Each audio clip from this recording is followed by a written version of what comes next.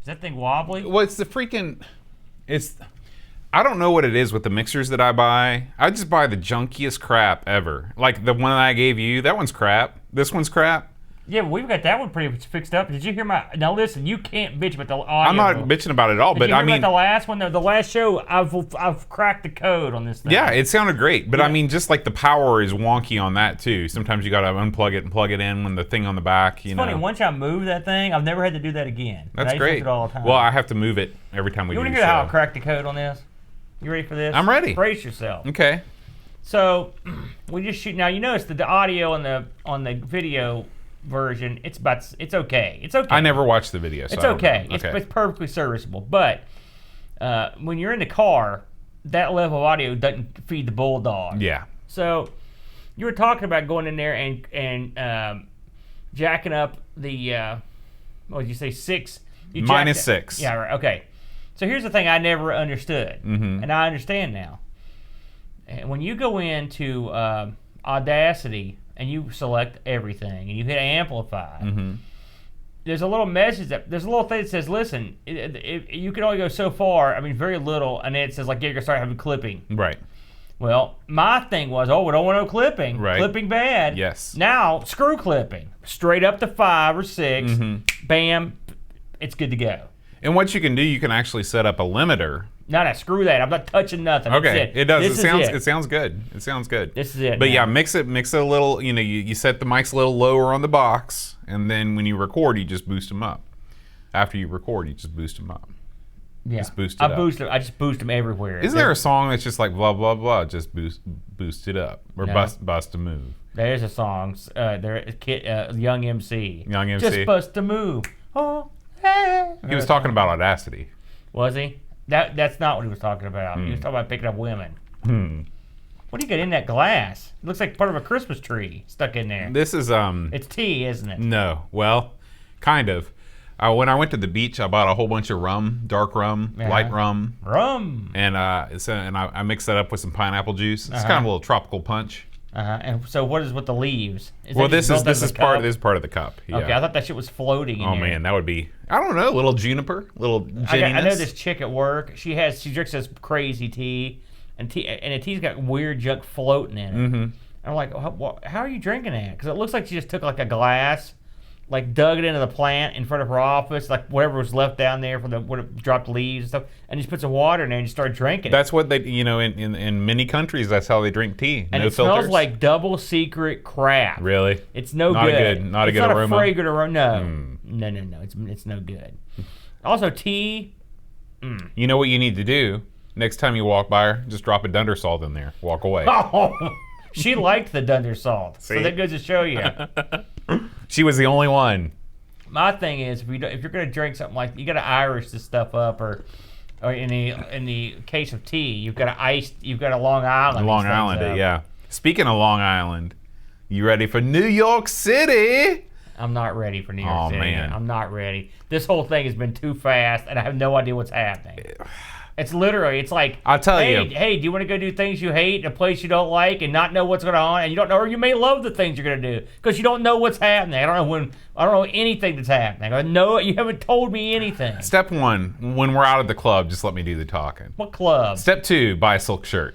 What kind of club are we going to? Man, you don't even know. Amiga Bill's got all the ends. He's got all the VIP passes. Amiga Bill is a party machine where I'm more of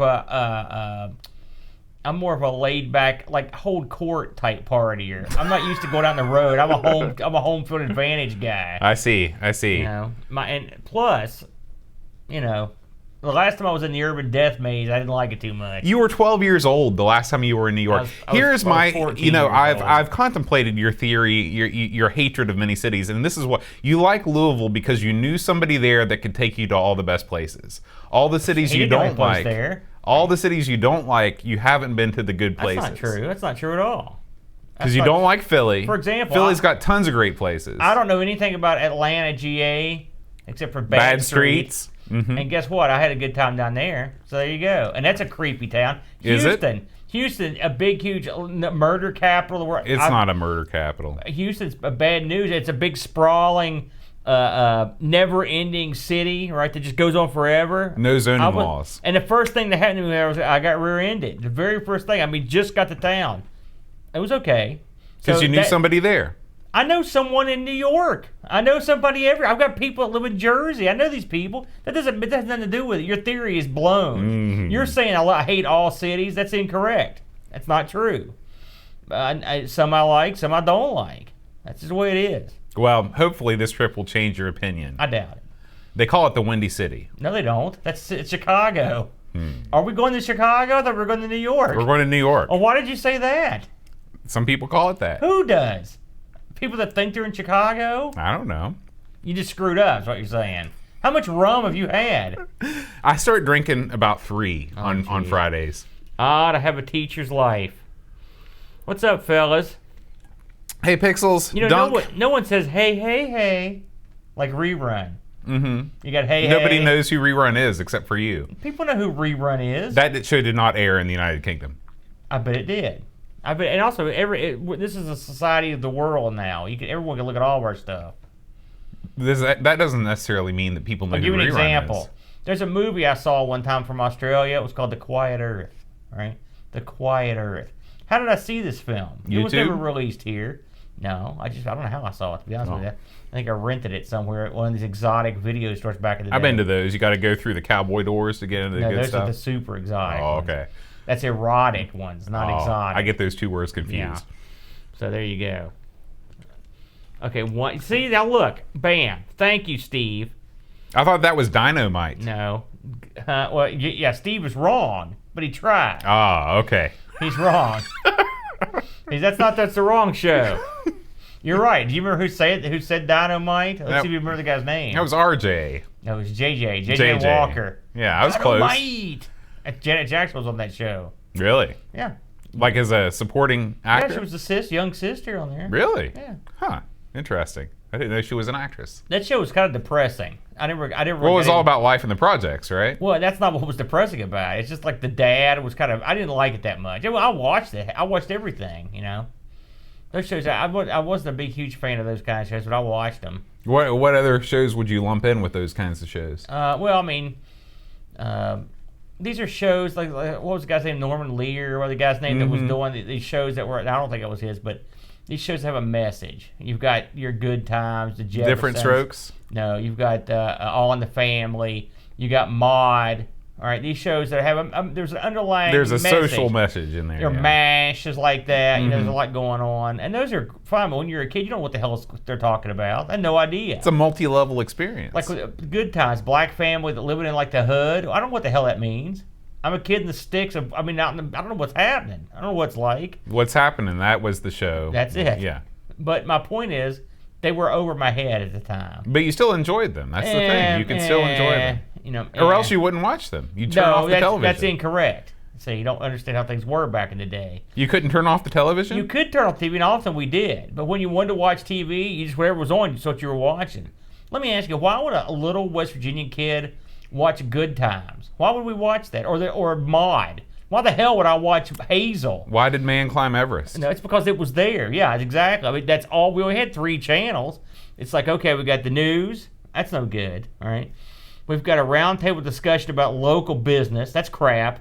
What do you got here? My 3 Sons. Oh, son of a gun. Let's watch this. You really don't like My 3 Sons. I don't know why. I like the theme. Mm-hmm. I like the little tall basketball legs at the beginning too. You see what the Pix has there? What's happening? That's right. All right. I'm looking it up. Steve, you must be an old guy. We got to stick together as old people. Next week's game is Bubba and Sticks. I did know that. Another game we played on the Amigathon. I wrote that on the notes. The Amigathon's a nice primer for some of these. It is. I don't remember liking Bubba and Sticks that much because I had trouble doing anything. If we have to do one more game that's some dopey guy and some other dopey guy is the title, well, I'll play What it. is that? It's an Amiga game. That's a video game. It's the Amiga. Yes, it is. It's not just the Amiga. There's other Tell me other like systems that have that. Well, now you put me on the spot. See? I'll think of some. What about Ratchet and Crank? Ratchet and Clank? Yeah, that's one right there. Bam. Yeah, it's. I guess it's a European thing. No, it's not European. They just do Ratchet and Clank is a European franchise. That's not the point. It's got nothing to do with Europe. It's got everything to do with it. It's because you put these games together, you put a couple goofy names together, you make some kind of idiotic double entendre. And the Europeans eat it up. What I mean, if I'm not mistaken, Ratchet and Clank, they're pretty good in the States, too. Never. Yeah. You don't see any more of those games coming out. Yeah, you do. In fact, aren't they making a new Ratchet and Clank right now? I don't know. You're so oblivious. I mean, listen. Some people talk out of their butt, but you literally exclusively speak out of your hind. Okay. Jack and Daxter, I forgot about that. That's the other one. Sonic and Knuckles. Boy, they're taking you to task. Thank you, chat, for putting this guy in his place. Keep drinking your pine tree. Shut the hell up. There's rum in that? Yeah. How much rum? It's mostly rum. Oh, man. It's going to be another one of those, isn't it? Did you see that? I sent you a note so we could do hour 15. Did you see what it said? Yeah. Do you want to go ahead and cut that now? Do you remember what the games were? It was something. Galaxy Quest. What is that? That's not what one of them was. I'm going to look. Okay. Because I don't know what that is. That's a movie. It's Galaxy Force. How much rum have you had? Because we're going to have a problem here. No, it's Galaxy something. Oh, Dash Galaxy. I'm doing it. I'm looking. Sam and Max. These aren't even games. Dash Galaxy. What the hell is that? You're just stringing things together and hoping that's a game. That's not the way it works. What kind of arcane method are you using to look up our... What do you mean? You're like clicking on multiple things, and the way that you use Discord on your phone is somewhat disconcerting. Would you just let me do my thing here? So I'm just going to see what... Okay, that's about the pool. It's further down. You actually posted it in the Amigathon channel for some unknown reason. I think you meant you thought you were messaging me, but you weren't. Here it is. It's right here in the private message zone. Galaxy Force. Galaxy Force. Vindication, baby. Super skid marks and worms. Okay. By the way, I watched this hour. You can talk about Galaxy Force because I have no memory of that. I vaguely I saw it. It's sort of, you know what it reminded me of? Remember that game we put on the Atari in our inaugural ARG? Yeah. What was that called? Caverns of Mars? Yeah, it looks sort of like that. Okay, well, I like that game. So, yeah. All right. Well, you want to go ahead and do that now? Yeah. Okay. Wait, I'm not ready. Okay. A winner is you, Bode. I like that shirt a lot. Thank you. I'm ready. Hello, everyone. Welcome to Big, Huge, Hour 15. That's what I did, jazz hands. I'm Amigo Aaron, joined by the man himself, the Boat. Boat, we played 3 games in Hour 15, up and coming. We've got Gravity Force, not Galaxy, I told you. Super Skid Marks, and Worms. Now, I distinctly remember our Worms game, because as I recall, you beat the tar out of John, humbling and humiliating him in the public eye. And then you apologized. That was the first time we'd ever played Worms, too. What a jerk. I am quite wormy. Yes, you are. We also tried a round robin go at Super Skid Marks. Now, Super Skid Marks, the best game to ever have the worst menu system of all time. Oh my gosh, this thing looks like it's straight out of the Coco. I know. Sorry, it does. It looks a lot worse than the Coco boat. For one thing, the Coco didn't have menus, not a memory. And then we've done these in reverse because the first thing we played was a game that I've not played before since called Gravity Force. That's why we saved it till last to now, talk about. Gravity Force bore a passing resemblance to the ARG inaugural episode. What was that called again? Caverns of Mars. Caverns of Mars, where you're basically negotiating your way down these cavernous flat screens with your ship. It was pretty cool. I don't remember a whole lot about it. It's funny. So here we are in hour 15, Boatster, and I noticed we've got John is here, the Chud. Yeah. This is where we're starting to go into the graveyard shift of the Amigathon. And the funny thing is people are still there, but they're running out of gas. Yeah. So even just having them around, it's like an albatross or anchor has been attached to you. Because you look over at these immobile slugs. For example, there's quite a bit of this hour is taken up by a lovely almost like a calendar pose of Chad on the couch. just stretched out. And I was thinking to myself as I watched this hour, I thought to myself, we've got to make some changes for this year's Amiga-thon because these shots are no good. Nobody wants that. Nobody. It just we're just laid out, guts out, just sitting there like staring off into space. Yeah, the pizza's been eaten. So I swear to you, people that are watching this video, that in the future we will try to make these less disturbing going forward. This is not a good pitch for the new Amiga-thon. Anyway, good games this hour, and I can assure you, I've looked ahead, and the next hour things go south, real south. Now, you remember this Worms game, so if you have a vague recollection of this hour, we're on the heat scale, 1 being ice cold and 10 being burning hot. Where were we? I was closing in on 8, I think, because this was the kind of heat where it's internalized. Yes. You hadn't began to to push the heat out to make people feel the pain. Right. And it's coming. And I guarantee you next hour you're going to see it. So, get yourself popcorn, have a cold one, watch a boat smash a neophyte at Worms, and we'll catch you for hour 16. Until then, adios. That was great. Yeah. Send that up to me. Yeah. Yeah, hour 16. I'm pretty sure that's when we play the 48 minutes or so of it came from Oh my gosh! Because I was watching, and your mood was like, yeah. I was like, oh, it's not good. I was not the right pick for that because I hate that game to begin with. And Galaxy Force. How did you read that on here? It didn't even say that. I thought it said Galaxy Force. What does that say? Gravity Force. Okay. That just seems lame. Galaxy Force is a lot better name. Galaxy Force is a different game. This is an Amiga game. I'm not talking to you about this no more. You're nuts.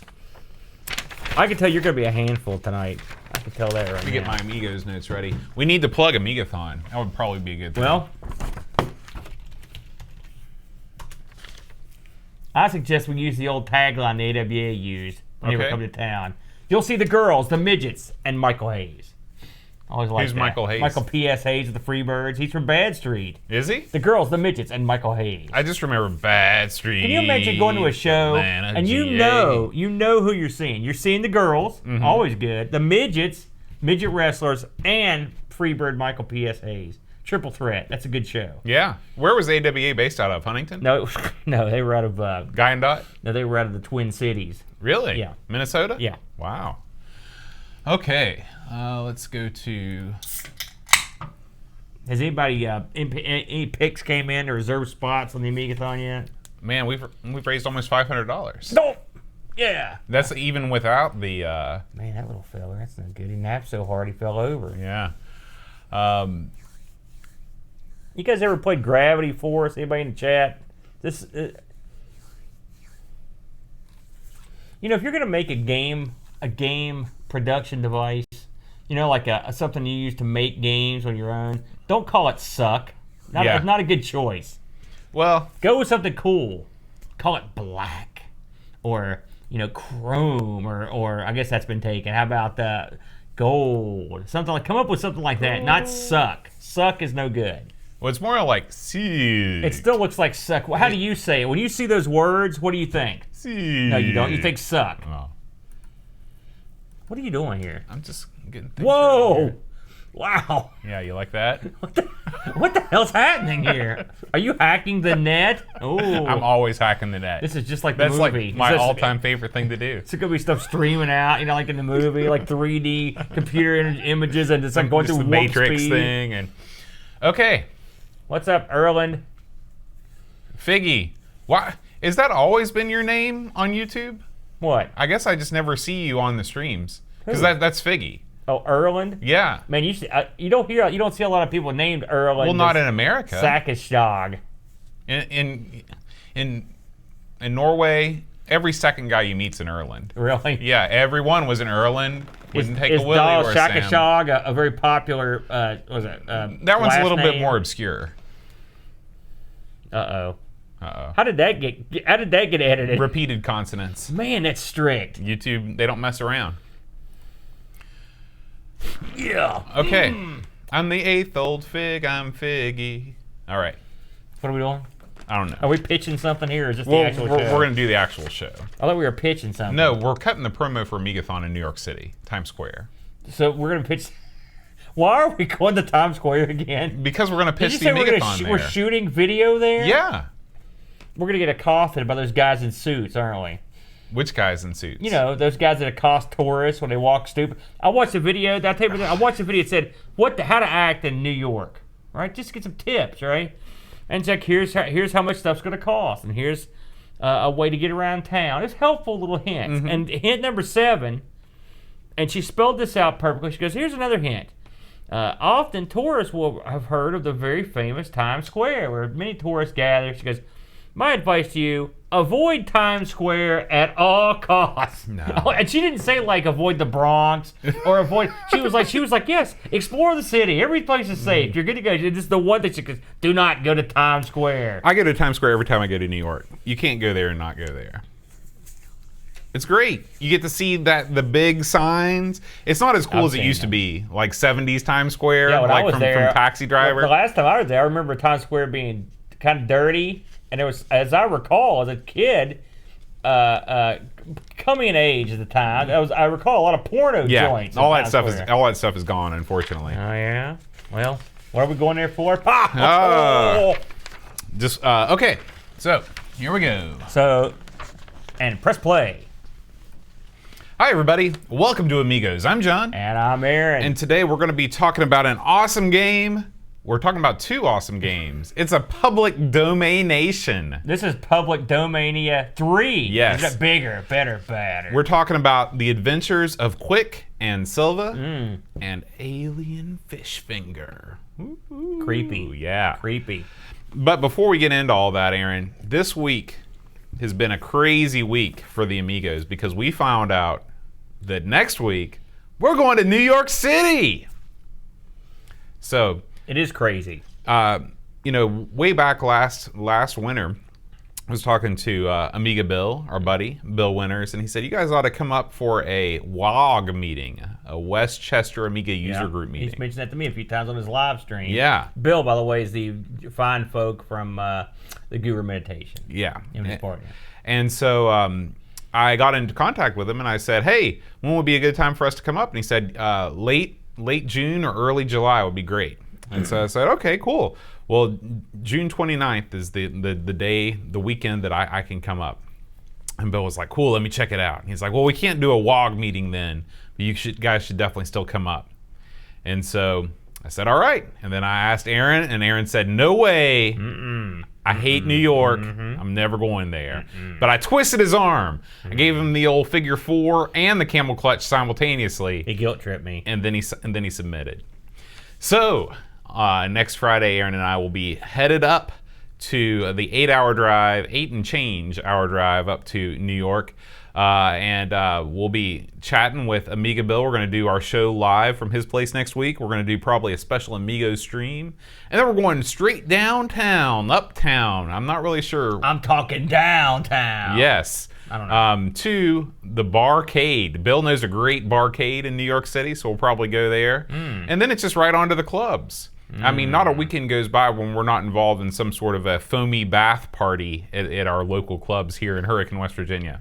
So I imagine the clubs in New York might be a little tamer, but we'll be able to overcome. What's creepy about the local bath parties is the fact that we're usually the only people there. That's true. In our underpants. Yeah. And we just have soap, and everyone else just stares at us, and they walk out. And it's in my bathroom. That's true. So, look forward to next week's episode. It may be the last. Coming to you live from New York. Oh, God. Please pray for me. Whatever religion, I don't care. All right, Aaron. This has been one of the busier weeks in the history of both EverythingAmiga.com and the Amigos Retro Gaming YouTube channel. You want to give us the rundown? The numbers, both speak for themselves. It's off the charts. It's unbelievable. We're getting a lot of action. Everyone's contributing. It's a glorious time in the land of the Amigos and the Amiga in general. So let's start off like I always like to with our good buddy. You know him, you love him, the Dreamcatcher. Now, the Dreamcatcher has a couple articles up this week. Actually, he's literally, as I came home, posted the third, which we'll cover that one next week. So the first one I want to cover here is entitled, Don't Copy That Floppy, Steal It Instead. Wow. Hey, sounds like a plan. And this particular article is about a game that was released, a PD game, coincidentally, called Top Secret. I like his opening line. According to Amiga Power, Top Secret is the best PD game ever. That's pretty high praise. They said so on the cover of AP17, but they were also distributing the game. So there's also that. And it's a ripoff, and you may have checked this out, Boat.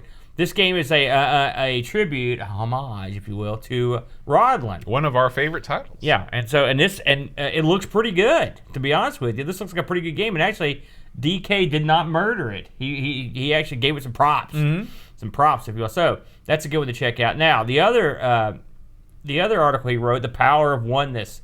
This is a article, and this is a deep look, Boat, at Akira, the game. Now, we all know that Akira spawned several god-awful games, including the hideous, embarrassing CD32 title. But DK goes more into the film itself. And the film, I don't know if have you ever seen Akira? Never seen really Akira. Your cup of tea. Never watched this. You should never see this. I've heard that it is not for me. But I remember when the comics were out. This is based on a comic series, and when this game came out, it was everyone in my circle freaked out. It was a big deal. We were all into anime. And this is a time where a lot of the stuff you were getting was still in Japanese. This was before it really had caught on here because I'm old. And I remember watching old Japanese, like I used to watch all kinds of stuff from Japan that people had taped off the television and they tape traded over, including The Dirty Pair and Space Giants and some other stuff. But Akira came over and they actually it was a straight up movie with awesome animation. It was a good looking film for the time. So that actually it had a United States release. It was dubbed. So which was not everything was. They spent I believe he says that this is a $9 budget when it came out, that was a hefty sum of money for an animated film. And this movie literally blew my mind in a bad way. Like I couldn't watch it again for a long time. It's a very disturbing film. And one of the things he mentioned in here, which is true, there are two guys that are named Tetsuo and Kanata, and they scream their names in this over and over. And he did a calculation that their names get screamed every 52 seconds. Oh my gosh! That sounds about right. They just say it's. I'm not gonna go with the plot, but it's disturbing Japanese post-apocalyptic nightmare material. This movie is nightmare fuel. And Not for me. So I guess it's only appropriate that the game that came with it for the Amiga was also nightmare fuel. It was a different sort of nightmare. But this is an excellent article. I really enjoyed this, and it took me back to a very disturbing time in my life. And then when you see what they did with this movie should never have had a game produced out of it because it's not that kind of movie. It's not like that at all. And so to make a game out of it is almost, it makes it dopier. And the game is real dopey. It's where you just take certain elements that were in the movie and just sort of make them a shooter, or a platformer. It's that kind of thing. Garbage. Hot garbage. But anyway, it's a good article. I highly recommend this one as well, Bo. Cool. What's new on YouTube, Aaron? Oh, God, so much. You going to bring it up there? Yeah. There's a ton. God, we had a lot of videos. Keep on scrolling down. So, right out of the gate, our good buddy, the Pix, he went, where did he go, Bo? Tell everybody. He went to Retro Revival. Yes, he did. Down in Bristol. Yeah, I don't know right. is it in Bristol? I don't know where it was, to be honest with you.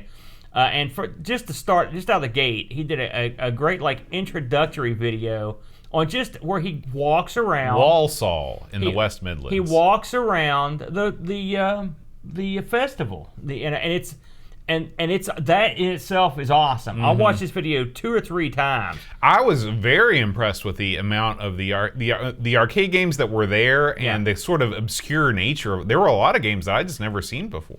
Well, I was impressed just in general. It looks like a big setup. There was a lot of good stuff for sale.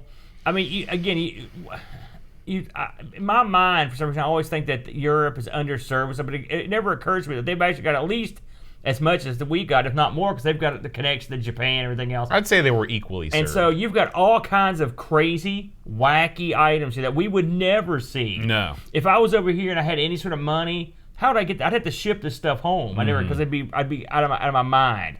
So this is a great video that he sent up, and then on top of that, Pixels included several of the talks that were at the show, including, so you've got here the fellows that did Sensible Soccer in a talk, and you've got, what were some of the other ones there, Bo? Zoom out here, let's see the other ones, because I want to watch that one. There's a Bullfrog video here, behind the scenes, with Glenn Corpse, Sean Cooper, and Alex Trowers. That is real cool. And let me tell you something. This is. I'm just going to be honest with you. These are of much higher quality than the videos that I made at Amiga Ireland. I was sort of on a shoestring at Amiga Ireland because I was limited by the amount of equipment I could take with me, and also I'm a horrible person. Well, also that was dark. Yeah, this is all nice and lit up. These are. I mean, these could be released on DVD at a later point. Sure, he did a great job, and you could hear everything that they say. Like I said, I haven't gotten to the Bullfrog yet, but I'm definitely going to watch that one because I like Bullfrog a lot. And finally, he's got an interview with some people that we talked to on the show before, the Oliver twins. This is a talk they did on how they created the Dizzy game. So there were some real heavy hitters at this place. You know, I watched, well, as we move on to get to something else there, that sort of dovetails us. I watched you do your Spectrum stream this week, and I saw you playing their skiing game. Yeah. And it looked pretty good. So we had a pretty fun time with the Spectrum this past week. The real Spectrum. Yeah, this is the real 48K Spectrum.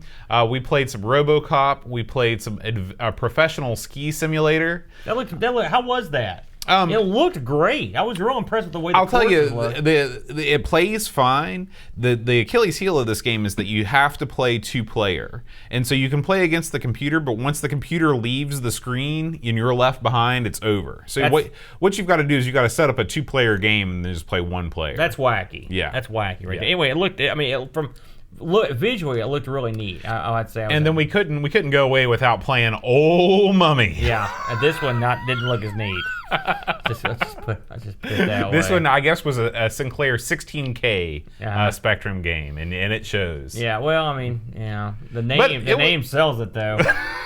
Hey, we've also had a scroll up a little bit there, Boat. Let's talk about the BitBoy. This has gotten we've actually generated quite a bit of traffic. What do you want to talk about this a little bit, Boatster? So Chris Folds got a new handheld system called the BitBoy. This is one of these direct from China deals. Emulation handheld, yes. Yeah, and he does a full unboxing. He talks about the accessories that come with it, and then he does some gameplay, some various emulators. This thing comes packed and stacked with all your favorite shall we say, gray area game selections here. And what's fascinating about this is that there was some pretty significant flaws, I guess, with some of the emulation. And Chris has actually done another video, a follow-up video, with some newer firmware that I guess has fixed a lot of the problems that the original firmware had. So if you're at all interested in picking up a new portable system, kind of a GP32X for the modern era. That's very exact. Yeah. Yeah. Check these videos out. They've done very, very well on the channel. It seems like a lot of people are interested in the old BitBoy. And of course, Chris, I'm not sure how if he's got some of those camera glasses or however he's doing this, but you can see the screen just fine. I mean, he did a real good job. Yeah, really good thing. You know, it's funny you mentioned the GP2X, which I used to have one of those. I still have it actually, and it was that little system was ahead of its time because that thing was 10 years ago. Mm-hmm. Oh, and maybe even more. And it ran on 2 AA's. Yeah. And it would go through them. I'll admit it, but. It would play your Nintendo, Super Nintendo, Game Boy up to Game Boy Advance, most of those. It would play a lot of games. It did some very remedial Amiga emulation either. And so I'm not surprised. These newer machines should play a lot more. One would think. I mean, have better battery life. Certainly the screen is better. Mm-hmm. You know, but it's neat to see these things come out. So I think that's all. I think that pretty much sums it up. It does not sum it up because you got a huge package of Coco stuff in the mail. Oh, I think me and Brent talked about this. Well, I want to talk about it on Amigos because not everybody listens to ARG. No, we talked about it on Amigos last week. Well, I didn't. I don't listen to Amigos when I'm on the show. You think I'm crazy? You just buried poor Brent. No, deep beneath the crust. I did listen to the show, but I don't remember what you said about this. So talk about it again one more time. I just want to hear you talk about it. I found a fellow on Facebook. We made a very fine deal that sent me a massive crate of Amiga, I did that last time, of Coco goodies. I used to have that game for the Atari, Kindercomp. Man. And, can't wait to tear into that. And so I did a little unboxing. I guess this is a couple weeks I do back. remember you talking about this now because he was from Greer, South Carolina. I will say I've had time to play with this quite a bit, and it's great. Having the multi-cart, it's been a lot of fun. So, and now I've got to do something with my Coco 2, which I'm undecided. I'll figure out something. Well, I think that something's going to be the eBay. Impossible. So, it's time, Aaron. It's the sound of the gamble train. It's rolling in the station, Aaron. It's time for this week's Amiga news. Oh, God. This week's Amiga news. There's the action's coming hot and heavy. And the first thing that we need to talk about is Amigathon 2019. It's coming soon. Less than 1 month away. Oh, man. Yeah, it's hard to believe. Less than 1 month away. Amigathon is coming. This is a 12-hour Amiga marathon where Aaron, me, Brent, John, Chad, whoever shows up. Anybody. There's going to be literally anybody. It's going to be crazy time. We'll be posing on the couches seductively. So wearing wigs. It's going to be great. We've already got a schedule up at amigathon.com. You can see what games have already been added to the schedule. If you'd like to add a game to the schedule, hurry. The schedule is filling up quick. $25 donation lets you choose a game for the schedule in the genre that is available. We'd love to have a full schedule by the time we kick off Amigathon. I don't think that's going to be an issue. So far, we have raised $466 towards our goal of $2,000, and that is not even including the Amigo Aaron weight loss wager, which shall be reviewed at noontime on Amigathon. Undetermined at this point how much we're going to be. Something tells me I'm going to be writing a big fat check for some of that. But hey, that's the wager, baby. That's the wager. But this last month, it's crunch time. Oh yeah, I'm going to be training, Bo. Bo's going to help me train up. Next up, we've got it's not an Amiga only event, but this is an event that's going on over in Denmark. I think it's Denmark. This is a retro computing sales / expo thing. Read the name. Go back up. Read it. Retro Spiel. Yeah. Can you read that? Yeah, retro. Retro Spiel Heigrig. That's right, and don't you forget it. And so, but this was shared with one of our newest Discord members. This was Jan Holbo. He shared this event. If you are in Denmark and you want to be part of this, it looks like a combination kind of sales thing / there's people who got computers set up and stuff like that. They do mention the Amiga here, so definitely check this thing out. This is going to be on Sunday, June 23rd, which is just in 2 days away. By the time this airs. Well, there could be somebody watching us live. Yeah, that's true. Yeah, check that out. And thank you, Jan, for... Man, I'd like to go to something like that big time. Oh, yeah. Buy and sell your retro. Now it's time to talk about Tenmark, Aaron. You know, we can't go more than a couple weeks without mentioning the 10-minute Amiga Retrocast. This was a stroke of genius. Yeah. So I've watched this thing. We both need to watch this over and over. Yeah, this was very helpful to me because, you know, I don't know crap about the Amiga. Poor Bo. This is like, it's like he made this for you. I know. So, this is our buddy, 10-minute Amiga Retrocast, friend of the show. Amiga supporters. A damn handsome man. Yes. He runs down everything you need to know about getting started with the workbench. And this was super helpful to me, and I think probably super helpful to lots of people that basically just use the Amiga as a gaming machine. I forget. Yeah, if you want to do other stuff with it, or if you want to get deeper into stuff like working with files and stuff like that, this is a very, very useful. So make sure you check this out over on the 10-minute Amiga Retrocast page. Keep these coming, brother. Yeah. Expand on.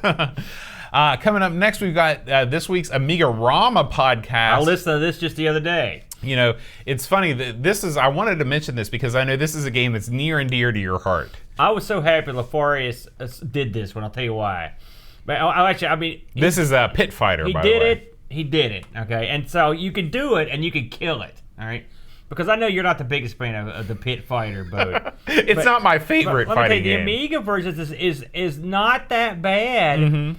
And it is, listen, Lafarius was the exact same way I was. You look at it, you're like, look at this thing. What the hell is this?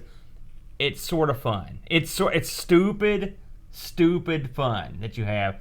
Plus, my favorite bit where you could get on that, at the end of every round, you get on the forklift and that thing, the forklift lifts you up because there's a pile of money forming. And my favorite thing to do is when you screw up in a bonus round, it shows you on that forklift, and your guy's got his head down. It just says "loser" over the top of it. Now, I know that you've sort of, in your younger years, in your wilder years, you sort of circulated amongst. I'm still young and wild. Thank you. Yeah. Well, maybe you still continue to circulate amongst the underworld. That's right. Have you ever actually heard of any real life kind of pit fighter type, underground fight clubs? Well, where it's people funny, are fighting for money. Well, Lafarius mentions on here that pit fighting. This doesn't feature pits. No. Well, pit fighting is a thing. It's an actual thing. That was a West. I mean, I'm sure I don't know where it dates back to, but I mean, I heard about people having pit fights back even before in the pre-UFC days. I mean, it was like professional. If you know who Kimbo Slice was, he was a guy that fought for money in backyards and alleys. That's something that's existed for a long time. And I think the pit fighting thing was more of a West Coast thing, but it exists. It's an actual thing. Or did exist. And it probably still does. But you never attended one of these, have you? No. Because have I been in unsanctioned fights? Yes. But they weren't in like a pit or in a back alley. Where were they? Huntington Civic Center? It was out somewhere that I don't know the address. That's happened a couple of times. But I mean, these things do happen occasionally. So, now, I mean, do you fight guys in hoods or dominatrixes? Is the crowd stabbing guys with hitting with shurikens? No, I've never been to that one. Tell me about this unsanctioned fight you went to. It was fights. It was a night of cards. It's the whole card. What this means is and I've seen this at wrestling too. When you have an athletic commission or a local government that frowns upon this sort of thing, you have it in secret. I went to a King of the Death matches. I probably mentioned before when I was in Kentucky. We went and. It was in sort of an old warehouse, and it was hot as fire in here. This was not sanctioned by the athletic commission, so they had these large garage doors, and they had guards stationed at them. And when there was no one around, they would open the doors and let air in, and the second they saw cops something coming, they would close the doors. Oh my gosh! So I mean, these things do happen. That's right. 10-minute gets it. The first rule of Fight Club. You don't talk about Fight Club. Okay, well we won't mention it again. Next up, we've got a new Amiga game. This is Cocoa Banana. It's finally been released. I know we've been waiting. I don't know if I could do a banana game with the Amiga. I've pretty much broken the top banana. This better be good. So this is actually, Saberman is out of control with his intros here. This comes to us from our friend Neil over at Indie Retro News. Cocoa Banana has gotten its first public release. It's been in development for a long time. This is a really cool looking kind of platformer game with some nice parallax scrolling. Kind of reminds you of a Chuck Rock sort of game. Maybe a little BC Kid like in there. Something. I don't know what, but yeah, that looks pretty good. Yeah. Maybe some Adventure Island. This is right up your alley, isn't it? Oh yeah, I love a good 2D platformer. We need more collectibles in this sucker, and make sure it's got up for jump and boats in. So yeah, this is a new Cocoa Banana. Check it out. It is available for AGA Amigas everywhere. Very colorful too, eh? Yeah. Looks good. I like that. Yeah. And this is a game that we talked about a couple weeks ago, but this is it's been updated. This is Aminer.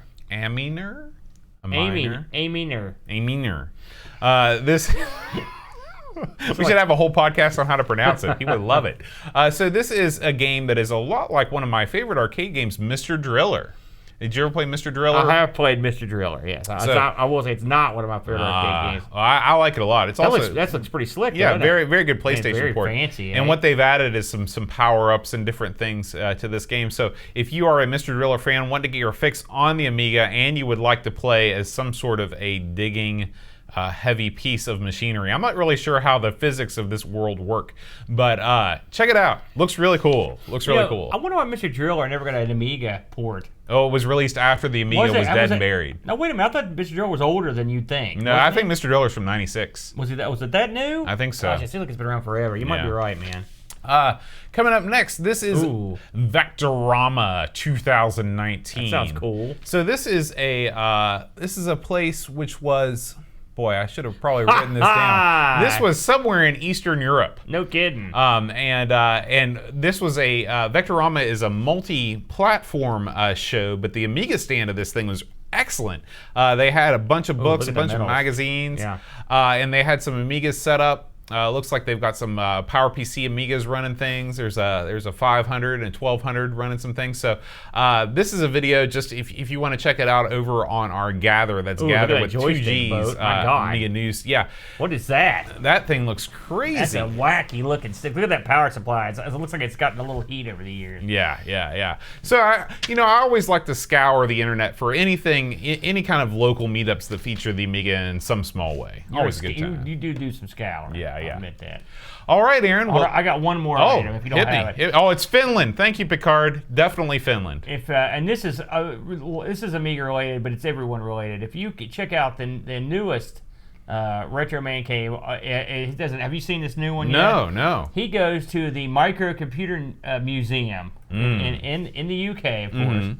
And that's over in Leicester, I think. The collection this gentleman has, and he talks. Oh, this is a private collection. Oh no, it's a museum. You go in there and he's got guys that volunteer. Okay. And talks to them. But the guy that started this thing is quite a character. He's an older gentleman, and he's got the collection. This is a jaw-dropping tour of this guy's museum. I told him, I chatted with him privately. I said, listen, if I'd been conducting this interview, I would have came back later that night with a couple of hired goons and a crowbar and a pickup truck, because I would have went there and he has everything. I mean, he's got everything there. Computers I've never heard of, crap, I knew exactly what it was, everything there. So if you're anywhere near this guy's museum. Did he have a Nintendo Entertainment System? He had everything. Everything, including all that stuff. He had Sam Coupe, among other things. Oh, yeah. Anyway, if you're anywhere near this guy, go to the museum. Go. Tell him the Amigos sent you via Retro Man Cave. But if you don't live anywhere near there, I urge you to watch. I mean, all of his stuff's gold. This is double super gold. I strongly recommend it. All right. Well, that concludes this week's Amiga News. It's time to shift over to the first of this week's 2 public domain games, Aaron. This week, we're going to first take a look at the adventures of Quik and Silva. What do you think of that name, Bo? Well, I think it's dumb.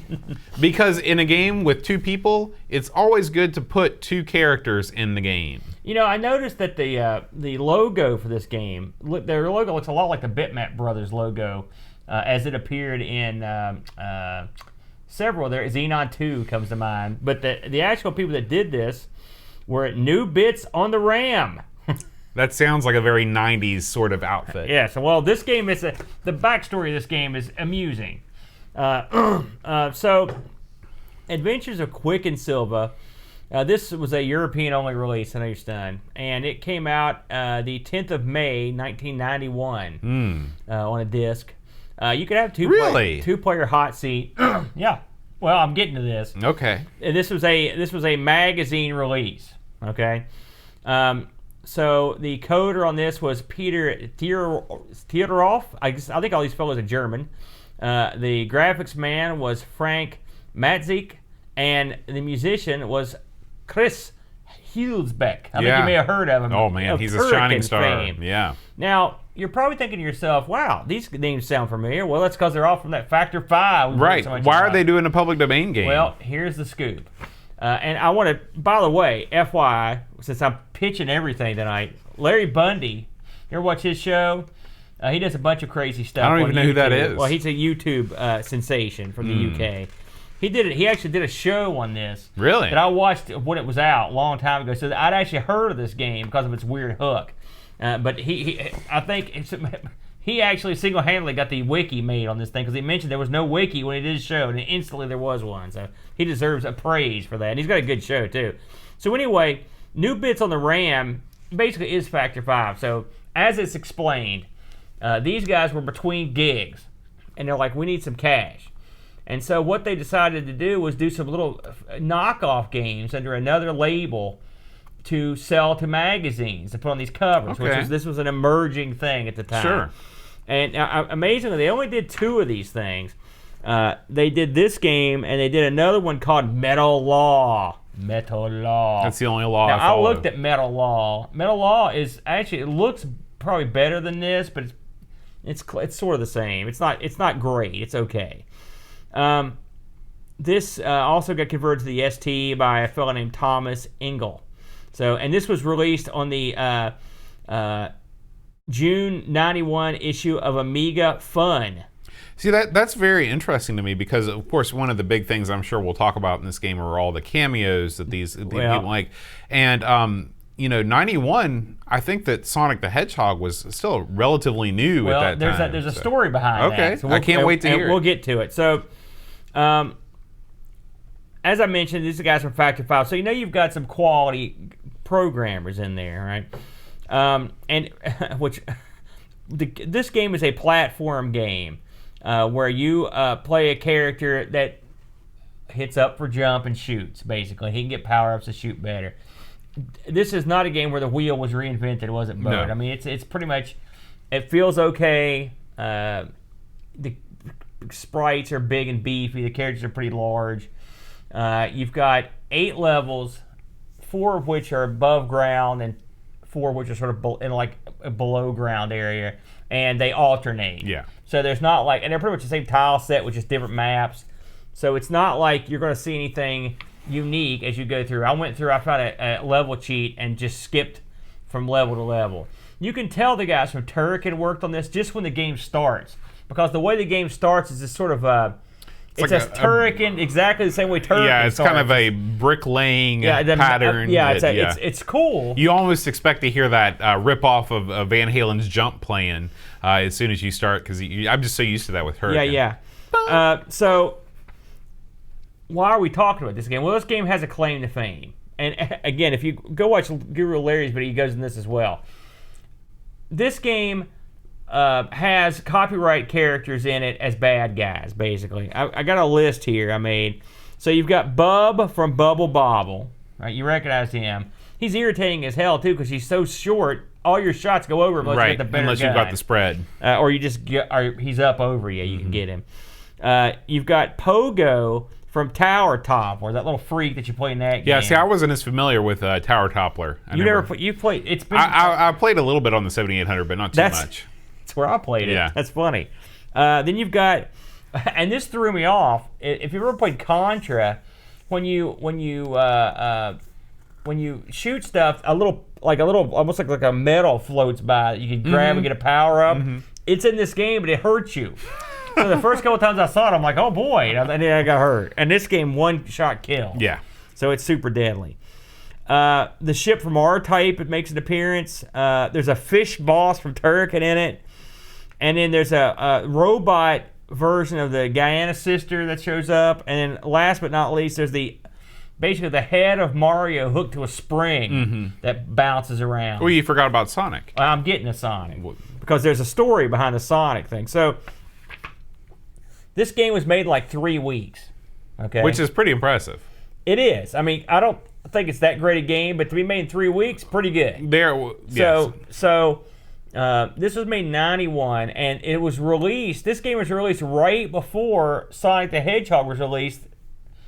I mean, so Sonic actually appears in this game before he appears in his own game. So how is that possible? Well, this is speculation, but there was a lot of previews out for Sonic, and since they were putting a lot of other guys in game, the speculation is that they put him in there after seeing the previews, and because the game was pushed to the nines. Good choice. Yeah, I mean they knew it would be a hit. So. This actually was Sonic's debut in a lot of places. That is very funny. Isn't that wacky? Now, and what a debut! He's a awkward-looking idiot that staggers around that you shoot and appears over and over. He does look pretty dopey in this game. He's sort of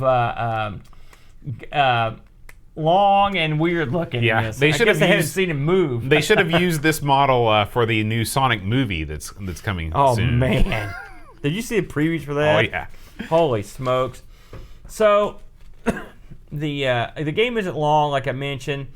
And there's not a whole lot for me to comment on. Now, I pretty much went through most of the levels. I didn't beat them all, but I beat some of them. What did you think of this thing, Boat? You're a platform boy. Yeah, so here's the way I think about it. We've talked a lot about the Mendoza line.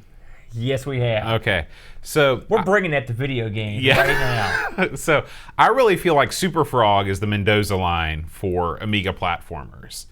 It does a lot of things right. It does a lot of things wrong.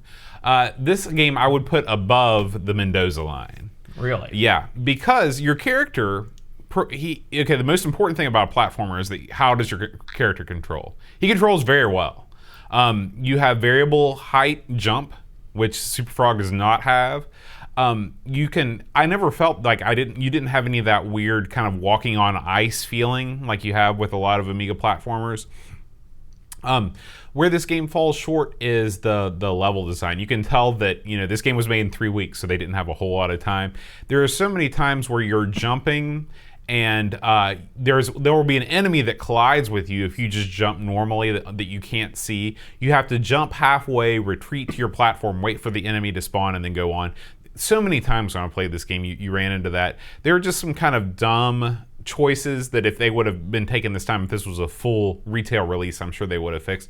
Really, I consider this game to be one of the great lost opportunities of the Amiga, because this was, I was actually shocked to hear you say this, even though I put the data in from the 91. I never pay attention when I'm doing it.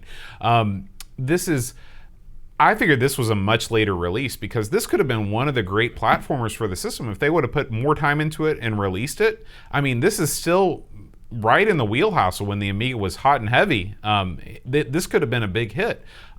It's kind of sad because there aren't too many. I mean, there are your useless collectibles, but I mean, what can you do? It's the Amiga. The cameos from the other video games are really clever. Like, I thought that was pretty funny to see Mario hopping on the spring and stuff like that. The levels are not too long. Like, I beat a couple levels. Of course, I did turn on Infinite Lives. The one-hit kill thing is a big sticking point. What they should have done is given you the old 3 hearts. If they would have done that, did some slight tweaking on the level redesign, added a couple bosses, they would have had probably one of the greatest platformers on the Amiga, because these guys, they did Turrican. They know what they're doing, This could have been a great character platformer, but instead it ended up on the front of a magazine. You're way off on this one, Bode. I'm gonna totally disagree with you on this. Okay. What the hell is this? Quik and Silva? What does that even mean? Well, you can't depend on people from... Okay, but I'm asking, where are these two guys? Is that a 2-player mode that you play, but you don't play at the same time? There's one weird-looking character on this who shoots, looks goofy, and sort of graphically, this is no great shakes. This is no great shakes at all. I think that this is great shakes. No, it's not. You've got look at these obstacles here. We're looking at the screen now. What's so great about the water's immobile? The clouds don't do anything. Everything's static. You're describing every single Amiga platformer. That's not true. In fact, by the way, every week you tell me we've got another great one on our hands, and then every week you're like, "Oh, these are all crap." Not true. I didn't like it. I think the cameos of the other characters is a gimmick. It's a good gimmick you can do it one time. The way you jump in this, you often are jumping off screen, off the top of the screen. You can't see what's going on. I will admit that is true. The controls are fine. But the obstacles, the level design, this game is I'm going to say, in terms of the actual control and the actual game itself, I will give you that it's slightly above average because it controls well, and you can generally see what's going on. All right, but it looks goofy and rough. I mean, 3 weeks, enough said. The spikes, I could go a lifetime without seeing spikes in a game. This is another one. They're all over the place. The character, just another, like, are you going to get behind this guy? I mean, he just looks like what is that? I don't even know what he is. The sound is good. I thought the sound was okay, but I didn't think this game was any great shakes at all. Here's the thing. This is 91, okay? This is not 1995.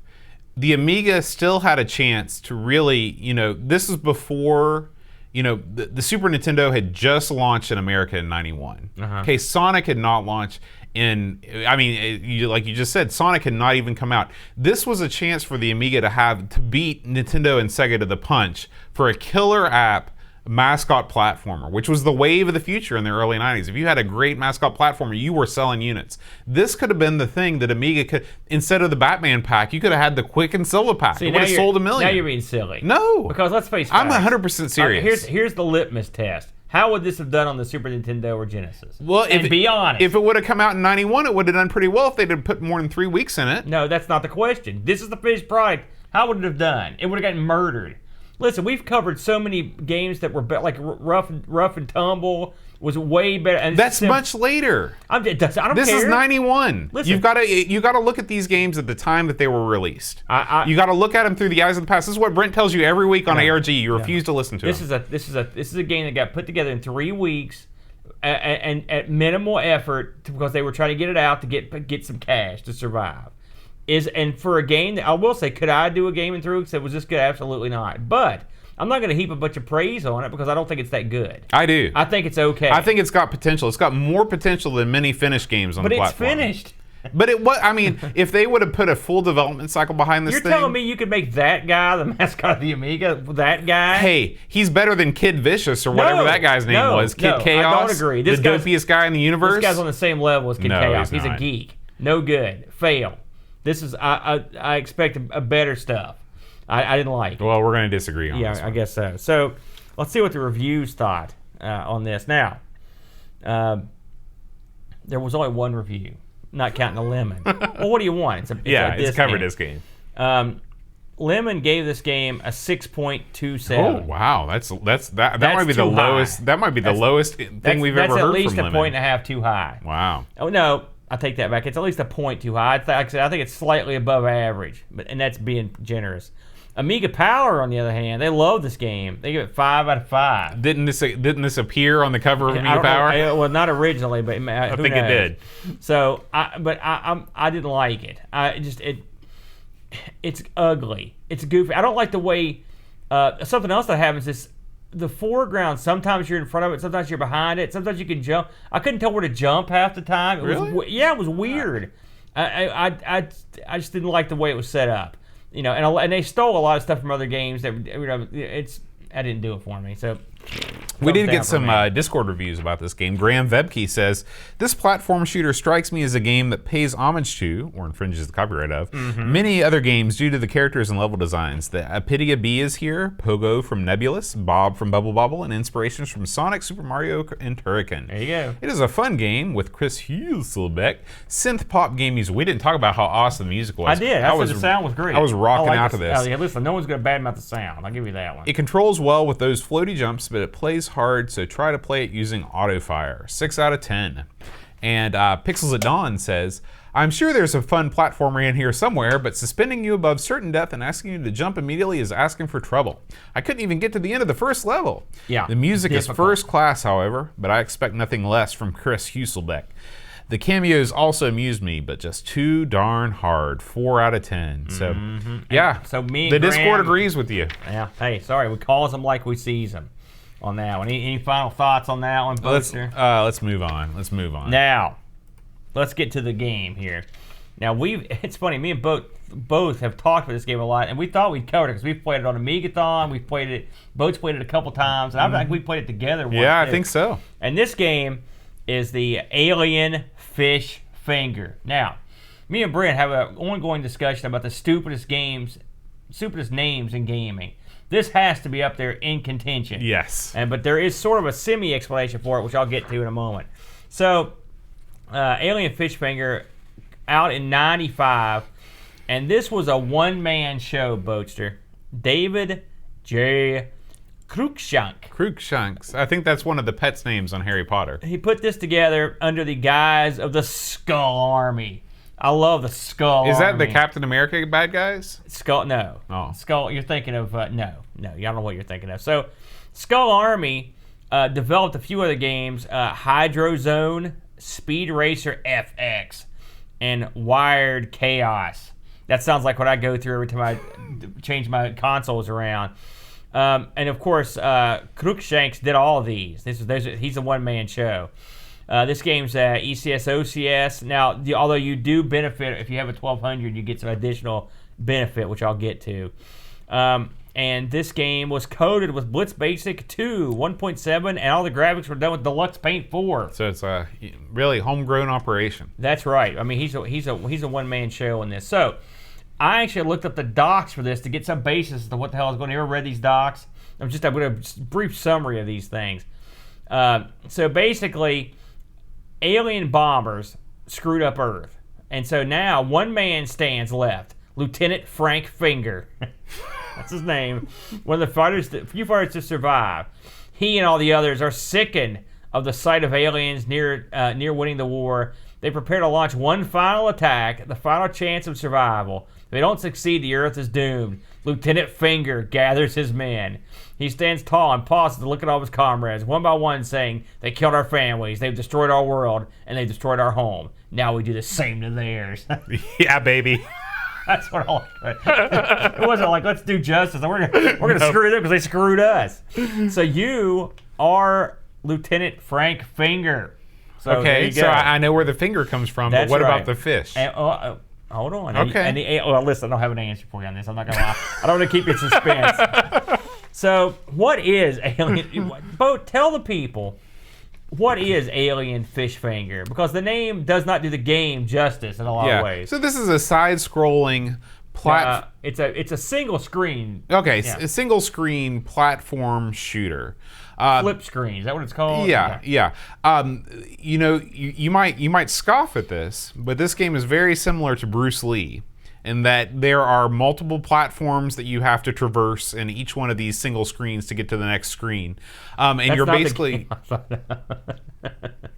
okay. Bruce Lee. Yeah, because you've got a smallish kind of sprite that you're controlling. Yeah. You're traversing this massive alien world that scrolls both vertically and horizontally, and along the way you're dispatching thousands of flunkies, collecting things, and in general trying to collect.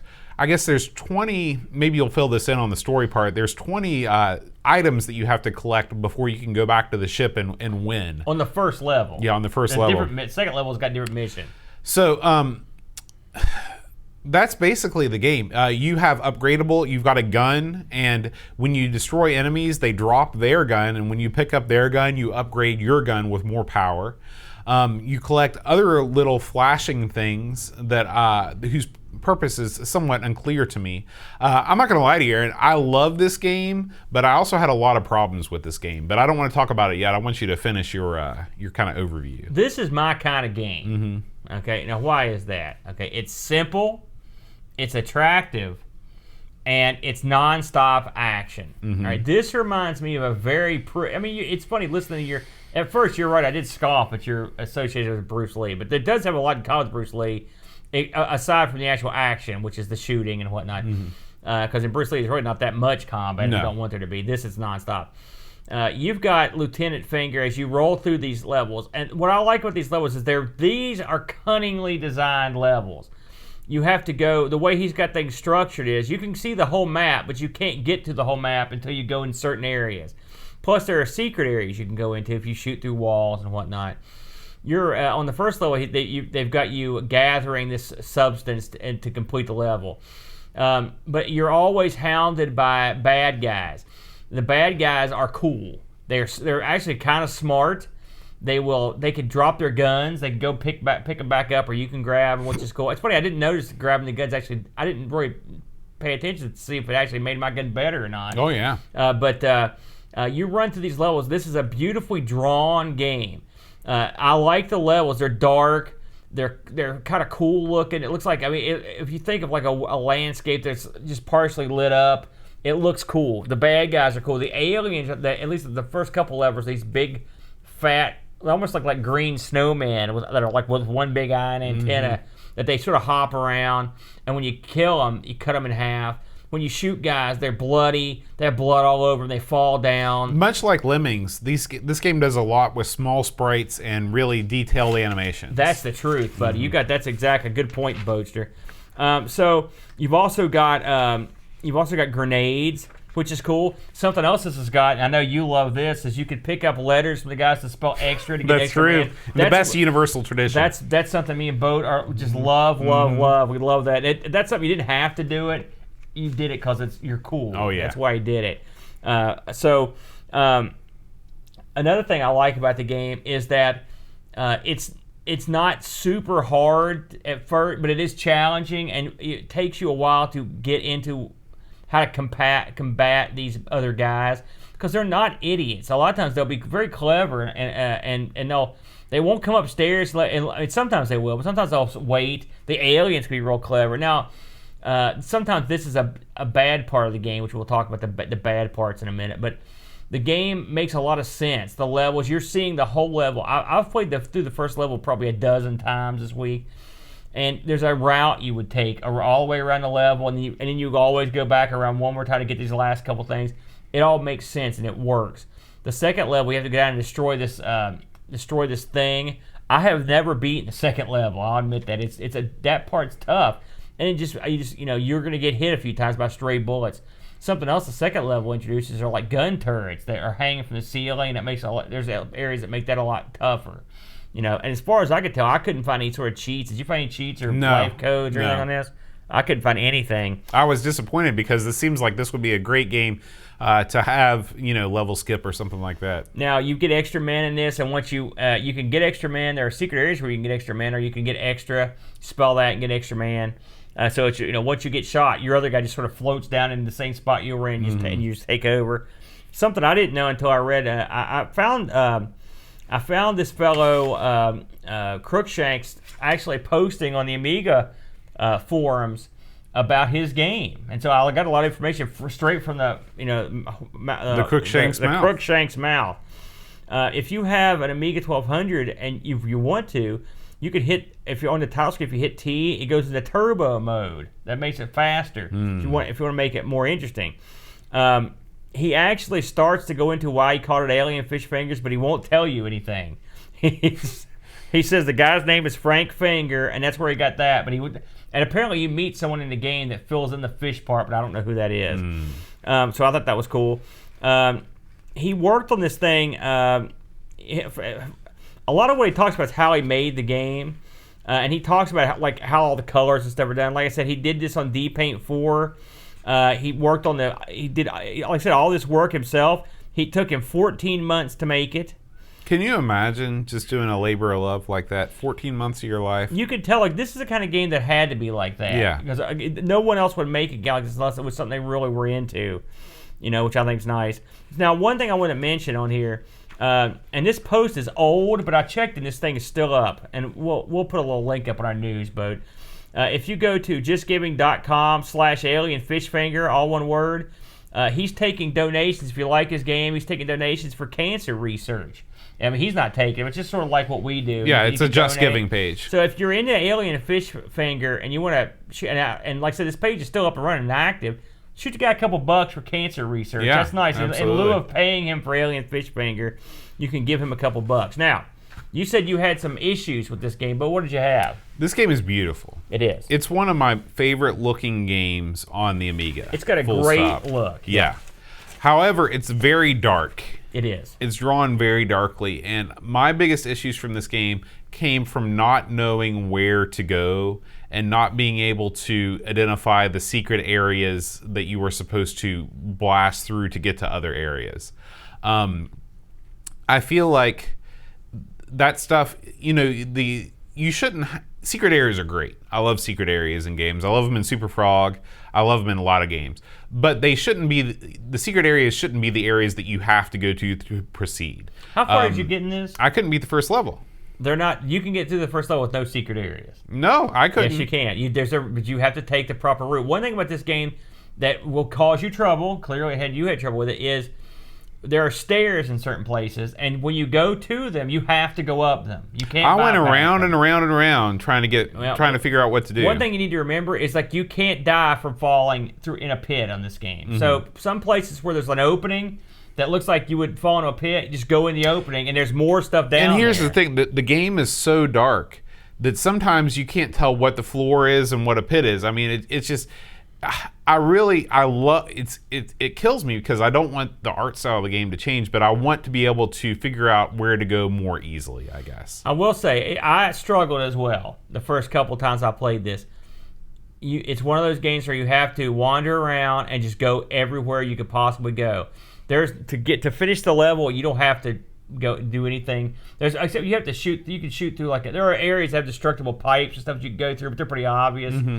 But it's just, you have to get yourself in the mindset of how this type of game works. And you see these every once in a while. But it's one of those games where you can see stuff that you can't get to, and you're going to have to go all the way around and go down and come back under to get what you want. And I will say, the first level, you have to get every bit of the item they need, you have to go to every secret area, or not secret, but every area there is. And so you see the whole map. Let's just put it that way. But I mean, if you had that much trouble, it's probably if other people have had the same problem. What I would have liked is a Symphony of the Night style map that you could was either displayed on screen, or you could have pushed the space bar or something like that, and just been able to see it in a grid. Remember we talked about? Yes. Remember when we reviewed Power Glove a couple weeks ago, yes. and they had that map. Of course, that's a new game, but that would have helped immensely, because at least I would have known, hey, there are some areas here that I haven't explored yet. Yeah, a map would have been fine. Again, that may be something to ask. I don't know how much of a programming trick it is to do something like that, but the map is dark. This game sort of reminds me, in like a zoomed out version. The gameplay's not the same. It's almost like a flashback or something. You're on an alien landscape. You're shooting stuff. It's obviously way quicker, but it is. There's something to be said for a game where you just run around and kill guys. Oh yeah, I can tell you, I had a heck of a lot more fun with this game than I did Flashback. Oh well, Flashback's a difficult game. This one's the entry point's a lot lower on this. I'm all about the low entry point. But so we've talked this game once or twice before on other shows and not went into it fully. This is one of my favorite hidden treasures. It's certainly probably my favorite. And there is a lot of mayhem in this game, but it's not mindless mayhem like Walker. This game is you're on a quest. You're not just moving from left to right. I mean, Walker. How'd that come into this? It's got to do with Walker. It's mindless mayhem in the same way you're blasting. The body count in this game is just like maybe, I don't know if there's any body count that's as high as in Walker, but Walker's awesome. No badmouth. There's no reason to go down that road. I think it's a great game, but this game's fun too. And the one thing about this game is it was effectively a free game that one guy did. And now, how was this? Do you remember this game? How this game was originally distributed? Was there any info on that? Shareware, as I recall. Now, how did you get shareware back in the day? Because this is a little bit before my time. Well, how did I get it? Yeah. I mean, it's the same way I got it on the PC. Sometimes I would buy discs of it. Sometimes I would download it off BBSs. Sometimes it would come on discs that came with magazines. Sometimes you would disc of the month club stuff. So there were ways to get it. I mean, the Amiga had the Fred Fish collection, which was a big, massive public domain collection, and that was real popular. So the Amiga actually had a pretty good resource for public domain. That was an established resource too. So I don't think it would be that tough to get games like this. And I'm sure, again, this game in '95, I was already out of the Amiga at that point when this came out. So, but by then, it shouldn't have been any great shakes to get a game like this, and I'm sure this is pretty popular in that scene. And people still talk about this game. Crookshanks goes on to say he's always surprised that people remember it and stuff. It was a great game. I'm glad that people still remember it. This did get a couple reviews, believe it or not. Lemon gave this a 7.72. That seems very low. What would you give this on a scale of 1 to 10? I'd give this a solid 8.5. We're not a review show, but if you did, 8.5. And Amiga Power gave it a 3 out of 5. And here's one I never heard of. This was a web-based. Amiga Point of View gave this a 4 out of 5. So pretty good scores. Hey, something else I should mention. He updated this for years after it came out. I don't know what version we've got, but I know they added all kinds of additional stuff and fixes and stuff. Because I mean, if you look at the Amiga users group, the forum on the page, he starts the discussion in 2011, and I think the last post I saw was 2016, and he'd been updating this the whole time. Oh my so gosh. He's still supporting this game in a weird way. So I dug it both. We did have a couple Discord reviews on this one. Graham says, Graham Vebke, he says, I would describe this game as something similar to Benefactor. That's true. Or Lemmings. A lot easier. Yeah, art-wise, but with guns and explosions. You need to explore the areas and collect at least 20 triatoms to complete the first level. The mechanics are fun, animations are smooth, and sound effects are loud. There isn't any music, sadly, but it's still worth your time. 7 out of 10. And Pixels at Dawn says, one of the better looking PD games. Good fun to run around the landscape blasting bad dudes in Dragon Ninja. Very well put together, although lacking in music of any type. The inertia can catch you out sometimes too if you're not careful. But still a good time all around. 7 out of 10. One thing I did forget that's a problem with the game is that on some levels you can come up and just have guys waiting right as you come in. Oh, yeah. That's a problem. And that does happen, especially or they chase you down and you leave. The second you come in, they're right there and you can't avoid them. It's realistic, though. It is. I mean, the fighting the guys in this is a lot of fun. And I'm looking at a video here. I've never even seen this level.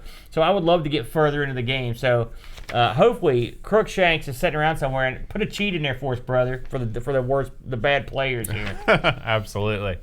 We did get some new iTunes reviews this week, Aaron. Ooh. Some guy named Barkbit. You ever hear of him? No. Never, huh? Never ring a bell. One of our Discord luminaries, Barkbit from Sweden, the beautiful country of Sweden. He says, if you're into Commodore or Amiga computers in particular, look no further. The Amigos is a nice blend of nostalgia and modern perspective on old systems. The hosts are lighthearted and fun to listen to, and they are surrounded by a great community. And we also got a review from a guy named Despairil Serpent Rider. Ooh, if you're riding a serpent, then you know you're in business. That sounds kind of gross. You ever touched a serpent? All the time, man. Were you going down to Fraser's Bottom? Just and then copperheads aplenty. You doing some snake handling down there? That's one thing we didn't mention in our discussion of West Virginia Day. It was our grand tradition of snake handling preachers. Man. Finland is where the Serpent Rider comes from. I like it. And he says, for fans of the Amiga computers and off-key singing, this podcast always delivers. The two hosts deliver witty banter, funny quips, and often tackle interesting games from the past that deserve to be acknowledged even 25 or 30 years after their release. While retro-themed podcasts seem to be popping up everywhere these days, these guys stand up from the crowd. Stand up from the Thank crowd. you, Mr. Serpent Rider. Yeah, man. We appreciate it. Cool name, too. Yeah. If you're from Finland, you got to have a cool name like that. That's true. That's awesome. All the best names come from Finland. They do. All those Nordic countries have the cool stuff going on. All right. So 2 weeks ago, last week, surprisingly, we did not get any entries from Brent's melody. Do you know what it was? No. I don't either. I have no idea what that thing was. So we will go back 2 weeks ago when the Patreon song challenge was Candle in the Wind by Elton John. Is that what that was? It was. That's appalling. I want to thank Gary Heather and Pixels at Dawn for submitting correct answers for that. That was Candle in the Wind? It was Candle in the Wind. It was the Marilyn Monroe version. I don't do the Princess Di thing. Listen, Princess Di would not be happy with what you did to that song. Well. And Sir Elton would not be pleased either. I wouldn't have guessed that in a million years. Well, it's time for another one. If you know the answer to this week's supporter song, and if you like the show and you want to support us, go to everything.com. Let's try that again. everythingamiga.com/support. I like it. Just go to everything.com and just send money out randomly. Just throw it at the screen. Scream representative into your phone. All right. So. What does that mean? Here we go. If you know the answer, John at amigospodcast.com. Get your hearing checked. Gary, Heather Freelance, Kate Fox, David Pickford, Cameron Armstrong, Andy Jones, Lobster Murninator, Craig McClellan, Amiga Retro, Casper Counting Virtual Sheep, Bernard, Quinn Retro Man Cave, Tim Drew, Simon Rose, Joseph Harrison, Colette, Rob O'Hara, Howard Nibs, Matthew Lara, Moore, Andy, Craig, Sean, Darren, Lomax, Colin, 419, Barkbit, Roland, Burks, Andrew Bunks, Joe the Zombie, John Cook, Dan Ross, Leaf Gallant, Alan Kebab, Chicote, Levelo, John Marshall, Matthew Perron, Ricky DeRocha, Creepy Deadboy, Thiggy, CTZ, The Slow, Norris, Stefan Sorgard, Mortson, Eden Helen, 7 Blindo, 75, Christopher Hassel, Ravi Abbott, Chris Folds, Dreamcatcher, Lauren Giroux, Graham Webke, Lane Denson, Adam Battersby O'Brien's, Retro and Vintage, Gary Hucker, C. Bryan, Jones, Paul Harrington, Duncan Stiles, Tapes from the Crypt, Josh Nan, Adam Bradley, Jonas Rulo, THG, Eric Nelson, Kim, Tommy Humbert's dad, Daniel Brutal, Barracuda, Darren Coles, Jason Warnes, Pixels at Dawn, Kjolbjorn Barman. You almost got through the whole thing there. I did. That's it apropos. I was doing the 9-inch single mix on that. Say no more. Next week, Aaron, we're going to take a look at one of the most famous puzzle platformers on the Amiga of all time. Puzzle I know you love puzzle platformers. This is one I think we played both years at Amigathon. Okay. And we'll be with Amiga Bill in New York. He'll help pick up the slack. Oh, good point. This is Bubba and Sticks. Okay. I always told you, the Amiga needs more of these games with two guys in the title. They're your favorite. They're my favorite. As long as two guys show up. That's my thing. There's one guy. That's true. One weird-looking guy. Yeah, I will say this about Bubba and Sticks. Both Bubba and Sticks are in attendance for this game. Sticks do appear, correct. Yeah. I want to thank all the fine folks in the chat with us this week. We got Pixels at Dawn, Jason Plevin, Tim and Amiga Retrocast, Amiga Bong, Paul Bossman, Harrington, Necronom, Pixel Vixen, Erlandel Sakskraw, Figgy CTZ is here, Steve Rasmussen, Pack Billy, lots more, let's just say, because I'm scrolling up. Zillions, cast of thousands. It's a cast of thousands. And Edvin Helland. You know what Edvin's doing right now? Edvin is kicking back in his man cave. He's got the brew going. Remember that fridge in that video he made? Absolutely. He's pouring himself a cold one. He's kicking back. That's how they do it. Friday night with the Amigos. Guys, the man cave is awesome. It is. Yeah. It is. I hope one day to grace the man cave with my presence. I like the idea that a dude is somewhere in the world. He's got his brew. He's probably a little lit. Mm-hmm. He's kicking back and he's listening to me and you. Yeah. Kind of weird. It is kind of weird. Yeah. It sounds like me right now, except I'm listening to myself. Yeah, that's even weirder. So, we record the show live every Friday at 5:30, except for next week, which we're going to be recording on Saturday.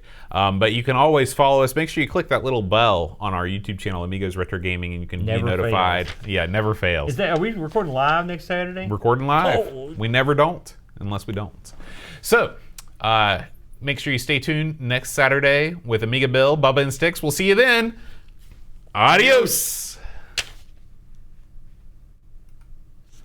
All right. Adios. I gotta visit the Amigos room real quick. I gotta visit the Amigos refrigerator real quick. I'll be right. What are you getting? More rum? No, I'm gonna switch over to beer. Intermission. Let's all go to the lobby. Remember that? Yeah, man. Get the little snacks, the dancing candies. Hey, when are we gonna open this Space Invaders thing? Was that for the show or is that later? We'll do it on our Sinclair. Oh, that's not a. Oh, okay.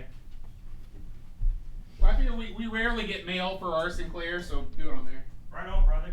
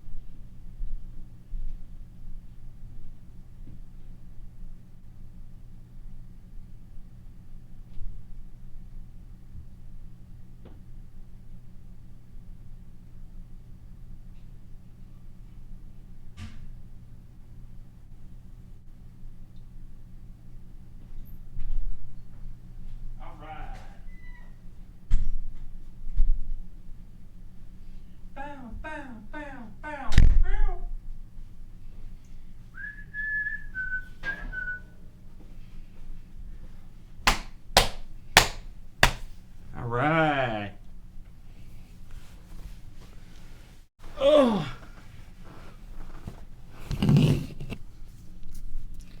All right. Your Sinclair on, y'all. Oh, man. No more Necronom? All right. Yes. Drink another one, brother. Oh, man. Thanks for joining us there, Pixel Vixen. Appreciate it. I know it's tough on y'all to see us come on at these late hours. I kind of wish there was a show I could watch. See, someone needs to start a show that comes on around midnight Eastern time so I can turn in and go to sleep with the melodious tones of a guy singing a bunch of names. Thank you, Pixel. We appreciate that. Keep doing what you do, darling. Whoops, sorry. All right, I hear the boat rumbling down the stairs. You know it's getting ready to be go time. Did you get rum back up, Rummy? No, what do you got there? Beer? Little brewski. Hey, is this Pixel Gaiden all of a sudden? Yeah, it is. You want some more Evan Williams? Yeah, you better give me a little bit more. Yeah. Here you go. Just take all you want. Oh man, listen. Straight from the bottle. I'm not a. I gotta go warm up the hot tub. You're kidding me. You're going in the hot tub directly to the show? Yeah, man. What a piece of work. I know you haven't invited me to get in the hot tub with you. Would that be creepy? We should record live in the hot tub. Oh man, you got that right. The boat's got a hot tub, y'all. It's living like a freaking king.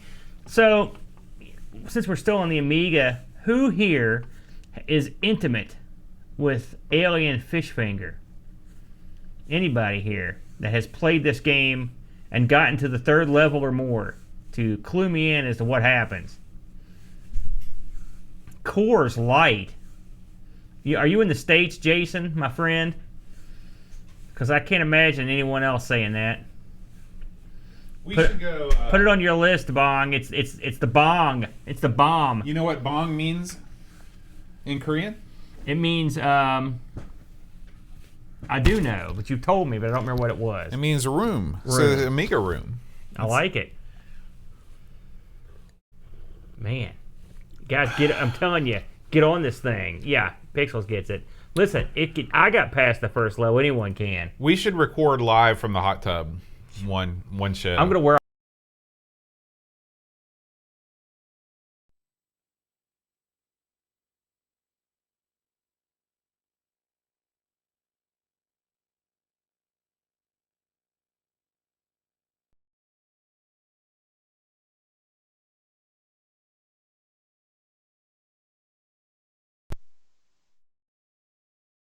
No, it's not down. No, we know. Okay, we're back. Sorry. We know. Bo was screwing around rummily. Yeah. Good but yeah, God. we should totally do the Nolan Bushnell episode. Didn't he have a bunch of good-looking hot women in the bathtub with him? Yeah. We got nothing. No. Let's see what's come down and roll in there. I will tell you, I only hot tub in the nude. Oh, man. Please tell me that's not true. It's not true. Because, I mean, someone's got to clean that sucker. All right, we're going to do TLL first. All right, and then Robocop. Now, these are 2 separate episodes. Or as I like to call them, separasodes. You should patent that. Yeah, we are doing 2, right? That's yeah, and I'm going to hold this in my hand so I don't forget to talk about it. How much rum again? I poured about half a bottle into that last cup. But rum, you know. Look, he's right. The logo is actually interfering with my baldness. I don't want that to happen. Thank you. Look how short you are. Look how... Well, I've told you before. Remember, sometimes I do this, and then I get big. That's what happens when you see a bear. You know, folks, for you that don't see Boat, he often doesn't wear pants, number 1. He's also got on his little slippers, little house slippers with socks, I might add. Hey. That's as geeky as it gets. All the best people wear house slippers and socks. You know, I noticed when you lost all that weight, bam, sweater vest gone. What the hell happened? I didn't buy new sweater vests. They were too fat. So now can I wear your old sweater vest if I lose a few more pounds? Sure, man. Oh, man. You can be Sweater Vest City. Oh, it's a Bowie song. So Sweater Vest City. Oh, ha! Sounded like Gunnery Sergeant. What's his name? Ooh-ah! Sent to a woman. You never seen that even. I don't know what that means. Is that Danny DeVito? Yeah, he's not small. He's a big dude. Yeah, well, it's because I like to be lower than you. You know, the camera adds 20 pounds or whatever. It takes away several inches of height. It does. Well, I always sit lower than you on the show. I don't like to sit above you. Why? Because you act above me. No. You treat me like an indentured servant. Look at the chair you're sitting right now. It's a leather throne. Is this a Napoleon complex sort of thing? You want to feel small so you don't feel bad about ordering me around and ruling me like a king? You know, that's a good point. Maybe it is. That's what I think too. I'm 6'1" and 1/2. No, you're taller than 6'1". I'm 6'1". No, I'm 6. You're taller than me, aren't you? No, you tower over me like a giant. I don't tower giant. over you. Look, you're wearing slippies. That's why. Hey, wear some man shoes. Look at these. There's nothing unmanly about that. Listen, he just went to warm up the hot tub. Let me guess, you put a couple of bath bombs in there, didn't you? No, you can't put bath bombs in the... I do have bath bombs, though. I know you do. All right. I should do a bath bomb show sometime. You know, I'm not going to lie to you on this tornado low-level game. Yeah. How can I put this in a delicate way? I suck at this game. And I don't... I know how the game works, but I don't know what the hell's happening. So well, I'll explain it to you. That's right. You could be and really both these games I struggled. Let's put it that way. It's like 100. I think centimeters. Aaron's like 185, and I'm like 183. Is that my age or my height? His height, your height in centimeters. How many stone am I? That's I don't know, 20, 30. I'm sure you insulted me. I have no idea. Stone is something I never. 20 stone? That sounds like a lot. It's a lot of stones. What a jerk. Feet and thumbs are confusing to me. Wow. That's going to be tough when you're trying to get a ride on the side of the road. Can you imagine a guy's got his shoe off with his big toe stuck up? I don't know if they thumb a ride over in Oslo. You ever heard that song? Ride. Chevy Van. Oh, man. I love that song. That song is like the story of my life. Baby took me by. Did you have a Chevy van over in Thailand? No, I've also never made love in a Chevy van. Do you have? But other than that, the song is. It's a great song, isn't it? It's all right with me. That's. You get it. That should be like our theme. We should change it to that. We'll never switch to the metric system. We thumb our nose at it. Or our toe. Mm-hmm. We're also that makes too much sense. We never do anything that made sense. Clearly, just look at what. We have no idea what we're doing. If we were in the metric system, we wouldn't be the most powerful country in the world anymore. We'd be just like the rest of the guys. We'd be just like England. If this country was a wrestler, it would be Georgie Animal Steel. I'll this tell guy you, that runs out going like this. It's no coincidence that England started to lose their empire when they switched to the metric system. Is that what it was? That's what it was. Did that was they the tipping lose point. Their empire? When they were like, hey, we should try this meters thing. Boom, India gone. You know the thing about England though, they are still the world center of culture, dignity, and entertainment. They're right up there. I'm not just saying that. Like I love so much of the television shows and whatnot that come out of there. I like the way they carry themselves with a certain dignity. Now I haven't met everyone in England, so when I get over there, my mind may change. Just wait till you see your first chav, then you'll change. Like your when tune. I think of Europe, like Germany, all the Nordic countries, everyone seems so. We've been very spoiled because everyone's been super nice to us. They're very intelligent because we're used to dealing with absolute idiots. Like, I mean, just the dirt worst. I saw this. Did I tell you about this chick I saw? Well, you do work in the prison system, so that might color your experience. I came out of a prison. Oh, I got pepper sprayed this week. Did I tell you about this? So, is this the time to talk about this? Let's do this, and then I'll tell you story time, and we'll do a thing. Wait, let's do a thing now. I feel like doing it now. All right. So I went to prison this week, as you know. Mm-hmm. And one day I went to 2 prisons, a couple police stations. Leavenworth? Well, no. But so I'm in this prison, and I roll in, and I hear a bunch of crazy noise. Right, girls screaming, not in a good way. No. Right? So I'll go in and do my little deal, and the place I'm going happens to be right beside like this holding cell. And the guard's like, "Oh man, I didn't know you were coming." And I'm like, "What happened?" She goes, "You'll see." And I walked over there, and like. I started sneezing, coughing. My eyes were running. My nose was running. My eyes were running. Wow. What had happened? She just freaking gave somebody the pepper spray. You ever been pepper sprayed? This was a guard had given a prisoner a pepper spray? And this isn't the kind of pepper spray you get at like Walmart. Mm-hmm. This is the industrial low level, strength. like geek level pepper spray. This is like the floor a running rhino pepper spray of absolute death. Man, that sucked. Yeah, you had to repair that instrument right beside the pepper spray. Well, I didn't fool with the instrument. I was like, I walked out of there. But I mean, you couldn't go anywhere because it was like booking. And I asked the chick, I'm like, why did you do that? And she's like, listen, that chick, it was bad-mouthed me. You had to get her some pepper spray action. That's what I do. So the girls had to come out and take showers. And they came out and they were all Is this an Orange is the New Black situation? No, this was more like the nasty is the new ugly situation. But these chicks came out, and their whole face was red, and I mean, not a good red. I mean, like, I'm embarrassed. I mean, like, someone had just slapped you 100 times, like E. Honda style. And every part of their face was leaking crap. It's disgusting. Now, let me ask you a question. When you're visiting these prisons, how often are you interacting with A, female guards, and B, I know you're not interacting with female comics, but how often do you see? Oh yeah, female they're right comics? there often. Yeah. Oh, quite often. Yeah, they mix So them all up. in the jail system, it's not segregated by the gender. No. You got not every place is like this, but that particular place, they got chicks and dudes rolling, rocking and rolling. Yeah, it's crazy, man. Don't go to jail. Is my guess of what I'm saying. That's what I tell my attorney every time I get my taxes done. Keep me out of jail. When I was in high school, my economics teacher was the mayor of our town, Mayor Raymond Peak, and he told us. He said, "Listen," he goes, "if you're going to commit a crime, steal at least $1 million." He said, if you steal less than that, then it's not worth it in the long run. He's right. Because when you go to jail, they get you. It's the best advice I've ever received. Listen, you got to pay for your food. The people think, oh, the taxpayers are getting fleeced. No, the economists got to pay for their food, their stay, their booking fees, all the crap that they had to pay for everything. They're getting fleeced. And so a big problem in the States is, if you get put in jail, like you're destitute when you're screwed when you get out. Plus, that's why so many people just go right back to prison after they get out. Oh, it's a revolving door, And something else that'll get you is that everyone there is like super young. Like I asked the guard, I'm like, look at these chicks. They look like they're like just got out of high school. She's like, yeah, they're all hot. They're all like that. She's like 90% of the people in here young, and like almost all of them like coming in for drugs. Wow, drugomania, running wild.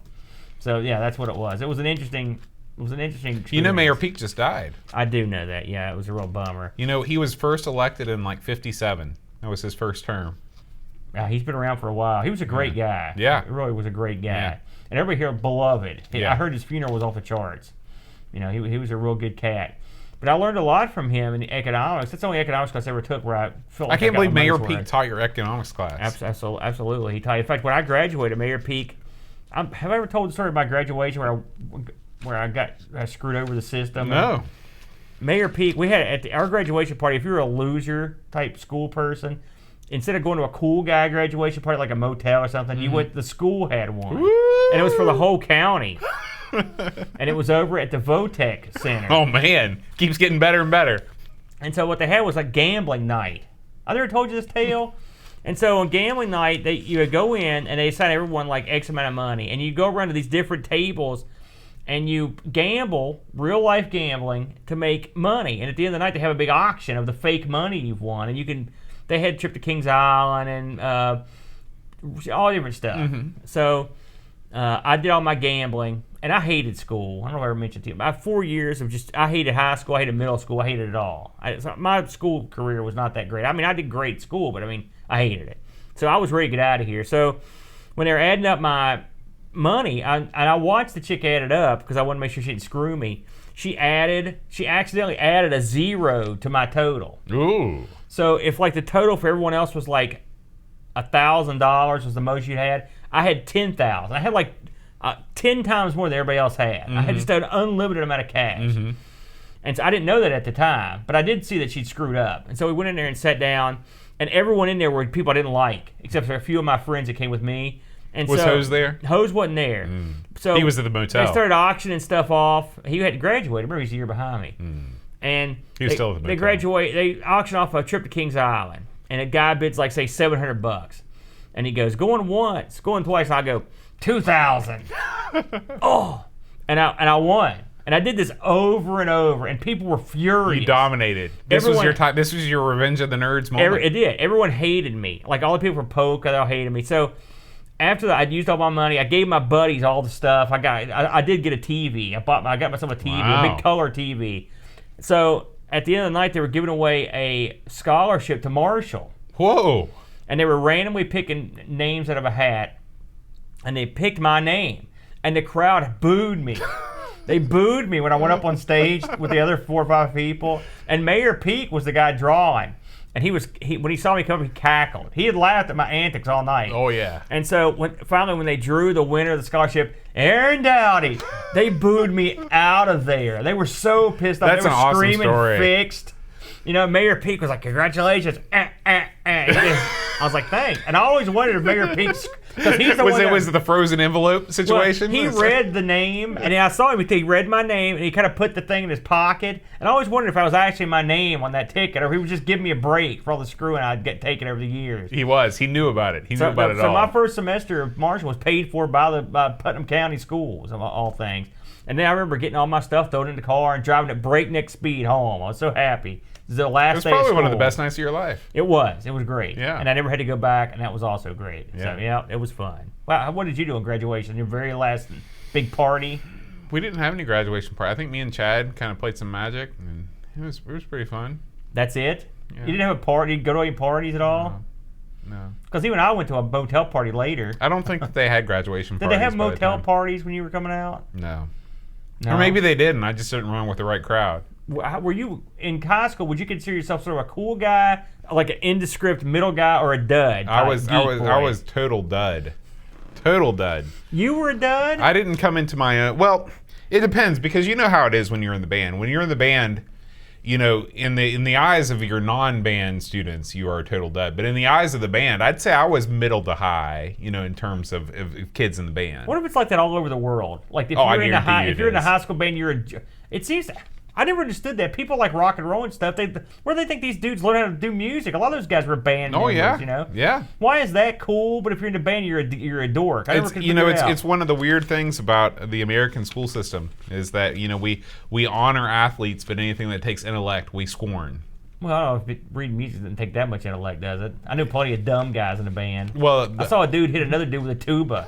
I'm not saying that everybody in the band was a genius. That's for sure. True. I mean, so you think like Japan? Like I've seen this videos you have, and like the bands are like mega talented. They're out there freaking, they're break dancing and go crazy. Surely those guys aren't ridiculed. Oh yeah, and it's weird too because once you get into college, if you're in like college, like Ohio State's band or something like that, then you're like, yeah, you know, people love it, but. It's just, I don't know. Now let me ask you. We've got the chat room here at our disposal. Anyone over there can tell me if being in the band in your particular country was a bad mark. This is going to be a non-starter because there aren't school bands in other countries. You're kidding me? No. They don't have really? Yeah, it's an after-school activity. It's like a sport. But that's what we have. It's not associated with the school. It's not a class you take during the day. I see. So one would assume that they're less scorned than other places, right? I don't know. Like there were several schools that I taught overseas that didn't have a band at all, and some schools that like the whole school was like a fine arts school. You know. So. One thing I thought about doing. Yeah, look at this. No school band. No school band. You know, you have started or you have joined up with this local town band, right? And so I thought to be fun for me. To see how the other people live, that I might start showing up at the practices and just mocking you. You should. You should and totally all the just other mock losers us. and geeks in the band, and maybe would stand outside and laugh. There are several police officers in the band that I'm sure would totally enjoy your antics. And what do they play? They play whistle, like traffic cop whistle. You should also drop that line when you come into mock us. You don't think they'd like that one? They might pay percussion with the billy club. Boom, boom, boom, right upside of my head. So it looks like there is no. Come on, Retro Man Cave. That's an old chestnut there. Yeah. So yeah, there's it's just school band is not a thing overseas. Oh man, well I shot that but good. So basically, we're the only country that has a school band. Yeah. That's how it is. That's the way it goes. Well. All right, you ready to start? Yeah, let's go. Okay. What was that? That was insert disc 2. That was one. That was that. The greatest night of Aaron's life. That's what I'm going to call that one. Is that the one? Gosh. All right. Well, my kid was born. That was a pretty good night. Here we go. Hold on, I'm not ready. Look, I'm going to make some adjustments. I got to have a drink. All right. Were you at the hospital when Luke was born? Mm-hmm. I was in emergency. I was right there. Were you right there? That's awesome. Mm-hmm. All right. It was like a scene from Cthulhu. I thought to myself, how did I get here? What's going on? What is that? What is that? Oh, good God, no. Oh, my God. It's come for it. It has emerged from the sea, the depths. Can you say the Cthulhu words? Like the Kanaga? Listen, are you kidding me? No. I was just curious. Nyarlathotep, stuff like that? Yeah. I mean, I know some of them. You know some of them. You're sort of like a partial dictionary. I have to say my Cthulhu is down. I haven't read any HP for many years now. I need to get back. Ow. See? Jeez. What? So you're going to mock me for doing that?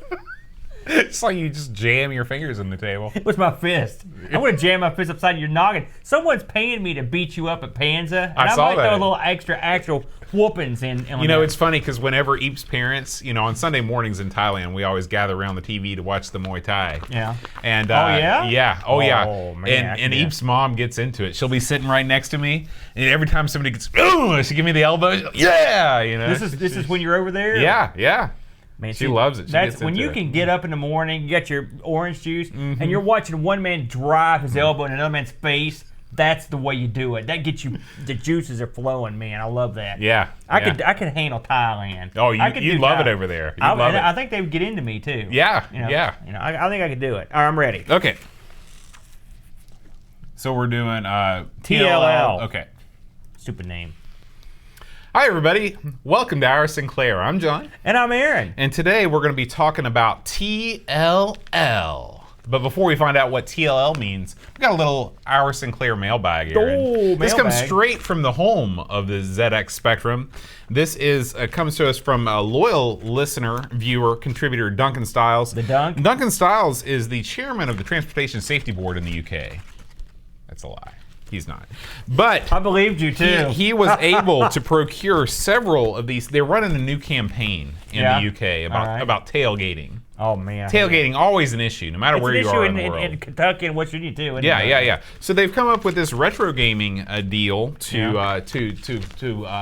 it's called Stay Safe, Stay Back. Some advice to consider, and they give you these stickers to put on your vehicle.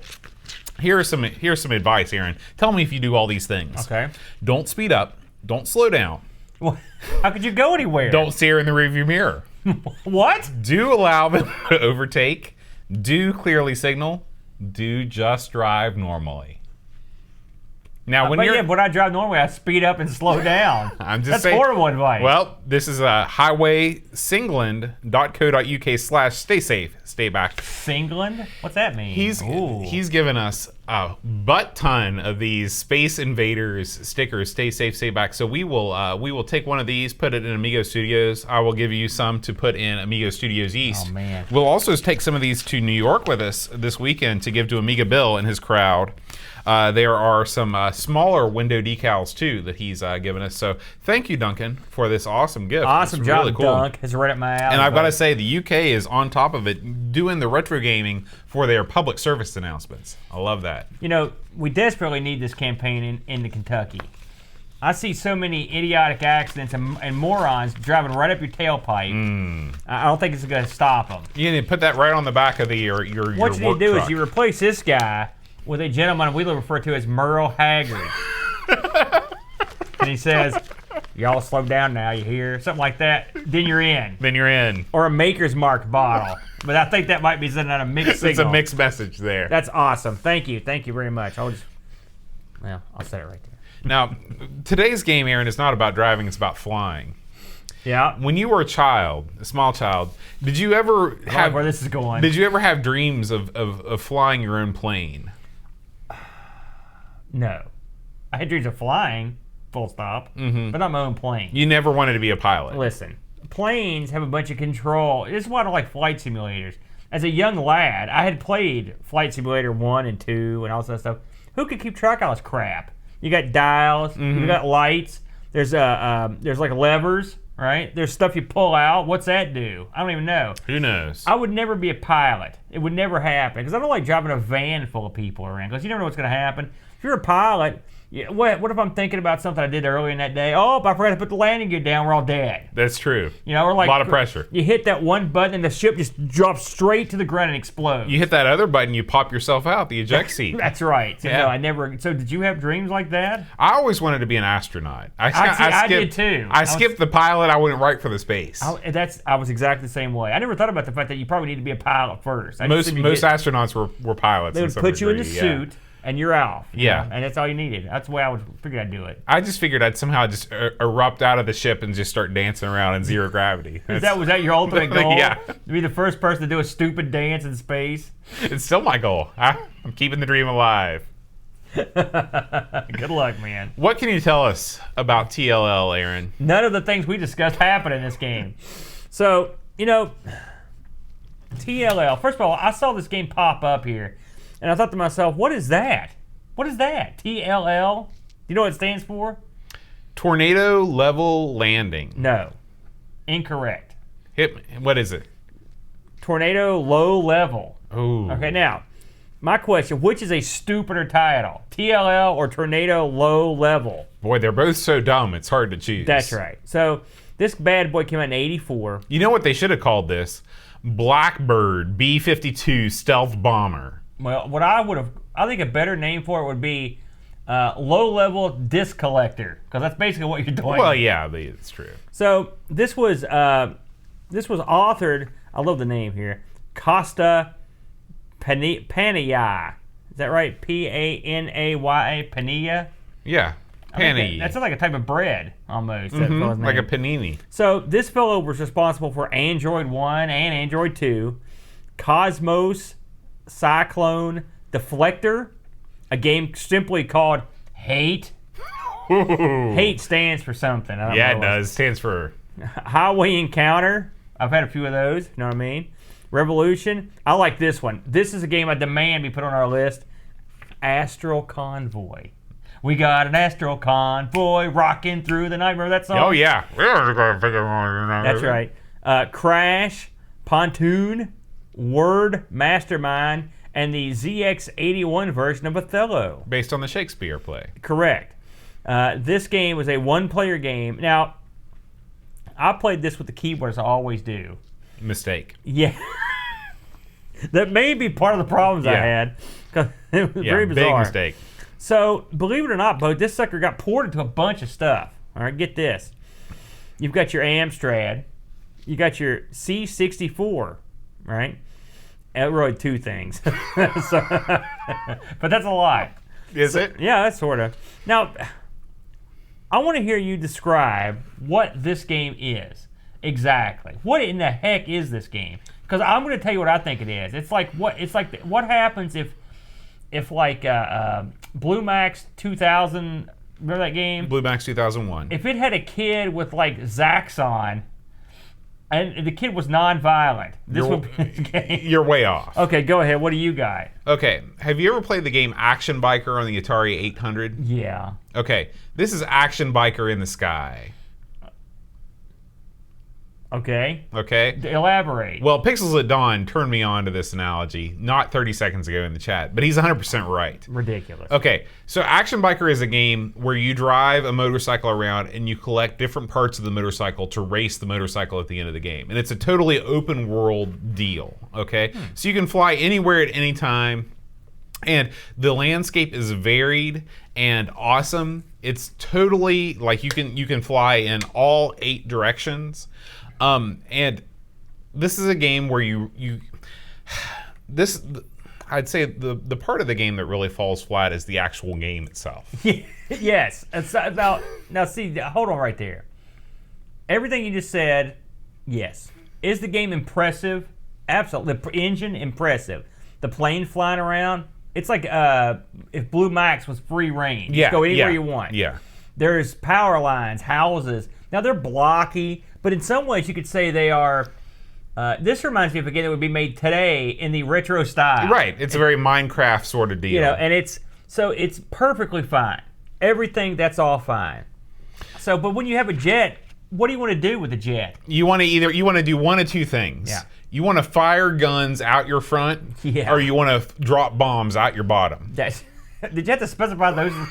What a weird way to. That's a goofy way to put that. That's how I always think about it. You know, what do you not want to do in your cool jet? You don't want to fly real low and pick up discs on the ground and circle around like a moron. Yeah. Because that's the only alternative you can. I watched playthroughs of this, and this is one of the few games I watched a playthrough before I played it. And I was like, let's see what the heck this is. And I watched the playthrough and just thought, oh, whoever's playing this is an idiot. What are they doing? Well, that's what you have to do. Basically, in this game, you're going around and you're picking up these little items. And so, much like a Zaxxon, you've got an altitude meter. It's exactly like Zaxxon. You go up and down, and if you're low, you can fly under bridges or power lines or whatnot. And if you fly high, you can fly over top of buildings. Well, it's pretty obvious stuff. And that's all great. I mean, this game seems like they built this game on rock and roll. No, and then once they had everything they needed, they're like, oh, we're out of time. Like, where's the rest of the game, man? Yeah. And that's what I was going to ask you, since you took a good hard look at this. What the hell's happening in this game? So, in this game, you're supposed to be, if you read the docs. I did. I've got some. You're really supposed to be bombing targets. When you're collecting these discs, it's representative of you bombing targets. Okay, so you're greeted at the beginning of this game with a world map, and you've got, I don't know how many stages there are, maybe 8 stages, and they're represented by these big squares on the world map. And you go to each one of these stages, and you're flying around and you're trying to bomb, quote unquote, bomb these targets by basically picking up the discs. Mm-hmm. Now, even though this is dumb, this game, this is one of these things where this game has so much going for it. It's so cool in so many different ways. It's only the central conceit of the game is the worst part. Like, if they could have basically just done what Blue Max did, and just be able to drop bombs the same way you do in Blue Max, push the joystick down, press the button, and bomb things, you would have been in great shape. Or like Desert Strike or something. You know, where you fly around and missile and bomb stuff. Right. And so I'd say that this is basically the earliest version of Jungle Strike or Desert Strike out there. That's the one game that I think it reminds me, except you, and then altitude in that, it means practically nothing. Right. That's the one. This game is actually deeper than Desert Strike in a lot of ways. From a flight way, it is. Yeah. Because you take off, and the takeoff and landing sequences are sort of like Blue Max. I love the fact I love the fact that you can fly under the bridges, you can fly under the power lines and stuff like that. The altitude really makes a difference. I like the fact that the game is so colorful. There's no color clash that I could see in this game. I think there was probably some programming trickery to make that so. When you fly close down to the ground, you always see your shadow. This game is very, very. I know we say this practically every week, but for a system with the hardware oomph of the Spectrum, this game is very impressive. It is. Even your shadow sort of is affected by what you're going over. I don't know how the heck they did some of this stuff. By the way, the name of your ship and this is your airplane and stuff, Panavia Tornado Fighter Jet. Okay. Right, remember the guy's name was Panaya, so I'm assuming there's a little play there. It's just, to me, it's half a game. You've got the guy. We could sit here and bicker over it for a while, but the bottom of the truth is that doesn't feel like bombing to me. You just feel like you're. Well, there are some things. And the thing is, you can't just fly over these things. It's so hard to even get. To pick the point where you get them. The thing is that this game is it's called TLL. You're supposed to attack these targets at low altitude. Yeah. Now, how many bombers in the world attack targets at low altitude? No bombers do that. You took the words right out of my mouth on that. Now let's talk about some of the pauses. We've sort of killed it. So. You start off with a full tank of gas and 10 bombs, and you can land and basically refuel. You can land anytime you want there. You can even turn around on the runway if you need to go out the other way. Mm-hmm. Your plane can sort of turn on the fly, which is kind of cool. It sort of reminded me of the tanks in combat and the way it turns. The jet fighters. Yeah, it's got a segmented turn. Mm-hmm. And you go around, you get these dots. I believe there are five rounds per level. Mm-hmm. Okay, that opening world map, it's pretty much pointless. That's something else. It looks like you got something really special coming, and then you don't. Now, well, you do kind of. Well, let me ask you: was this a fun game to play? For you, to be honest, I'm split because I enjoyed flying around. Like, I enjoyed looking at all the things on the stage. I enjoyed all the different multi-level things that were on offer. It's sort of it has the same kind of pastoral scenery that River Raid does, where you're looking at the houses and the trees and things. You're like, oh, it's just kind of nice. It's kind of calming. The game goes downhill when you attempt to actually play the game. Yeah. And then it becomes much less fun because it is very frustrating to pick up the things. You have to be so low, and then you immediately have to. A lot of times you have to pull back up immediately to avoid getting smashed. I just don't know why they did. I guess it's because they couldn't. This was a one-man show, and he this was a way that he could figure out how to make the kind of game he wanted to make. Maybe the Spectrum just couldn't handle something like Blue Max. Maybe it was too much to put the moving bomb, the physics of the traveling of the bomb going down as you're traveling in this 3D space. I don't know. After playing Checkered Flag, I find it hard to believe. So get this, but I find this is interesting. So the guy that developed this Costa Panaya, before he got into game work, this guy was a design engineer for British Aerospace. Wow. Yeah, I thought that was pretty cool. So he had some credentials. And he got the idea for the game from a Scion game called Flight Simulation. He wanted to have a game that sort of built on that, and that's what this was. So he did a pretty good job. Now, did you check out the C64 or the Amstrad versions? I did not. I had a quick look at the C64 version. It looked okay. It looked sort of similar. I don't know. I didn't play it. I watched a video of it. Now, here's the thing that sort of baffles me about this that I don't understand.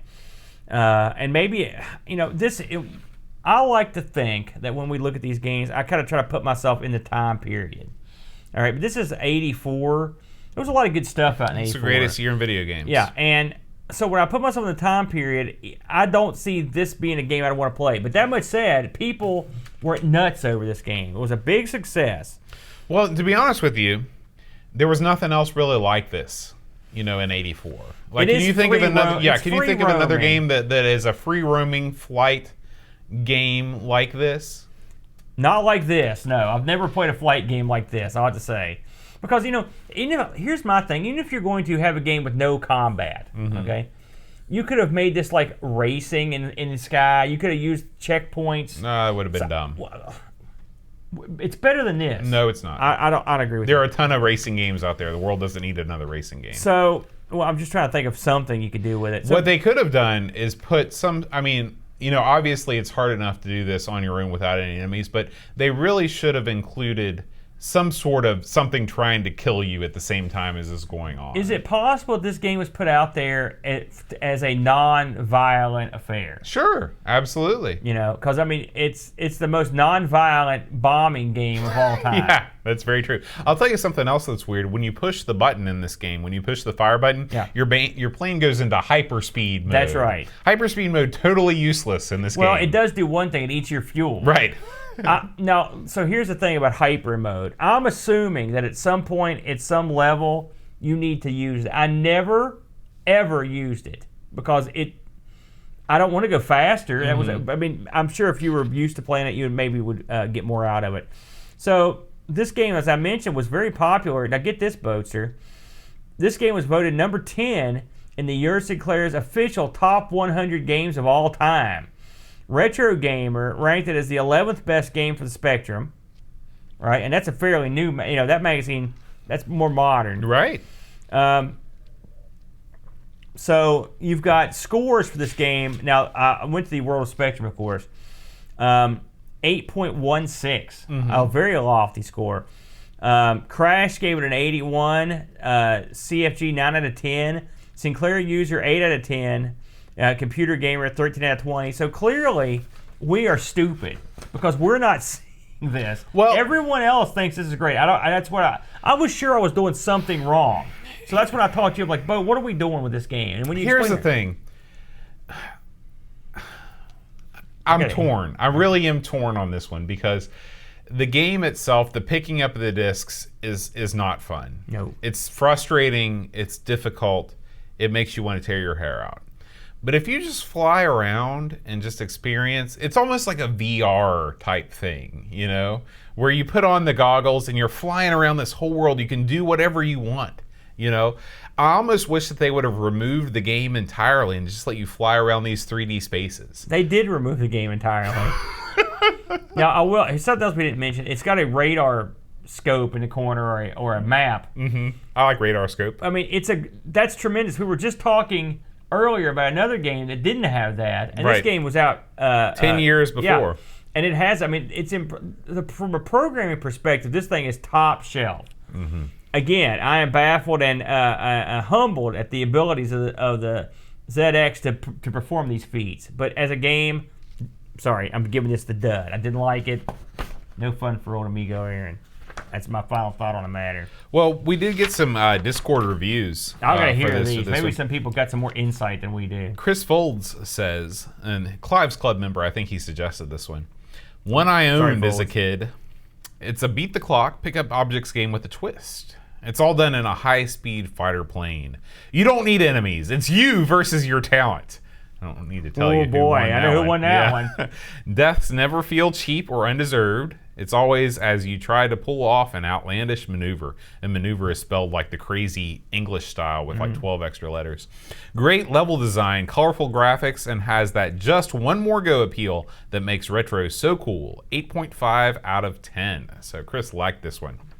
Graham Vebke says, a very fluid game which moves at a decent pace, making the controls the most critical thing to master. Given the boundaries of the ZX Spectrum, it's quite a programming feat, but it's tough to judge your flying height at times, and I was yelling at the screen when I kept missing the target. Yes. But it's a decent game. 7 out of 10.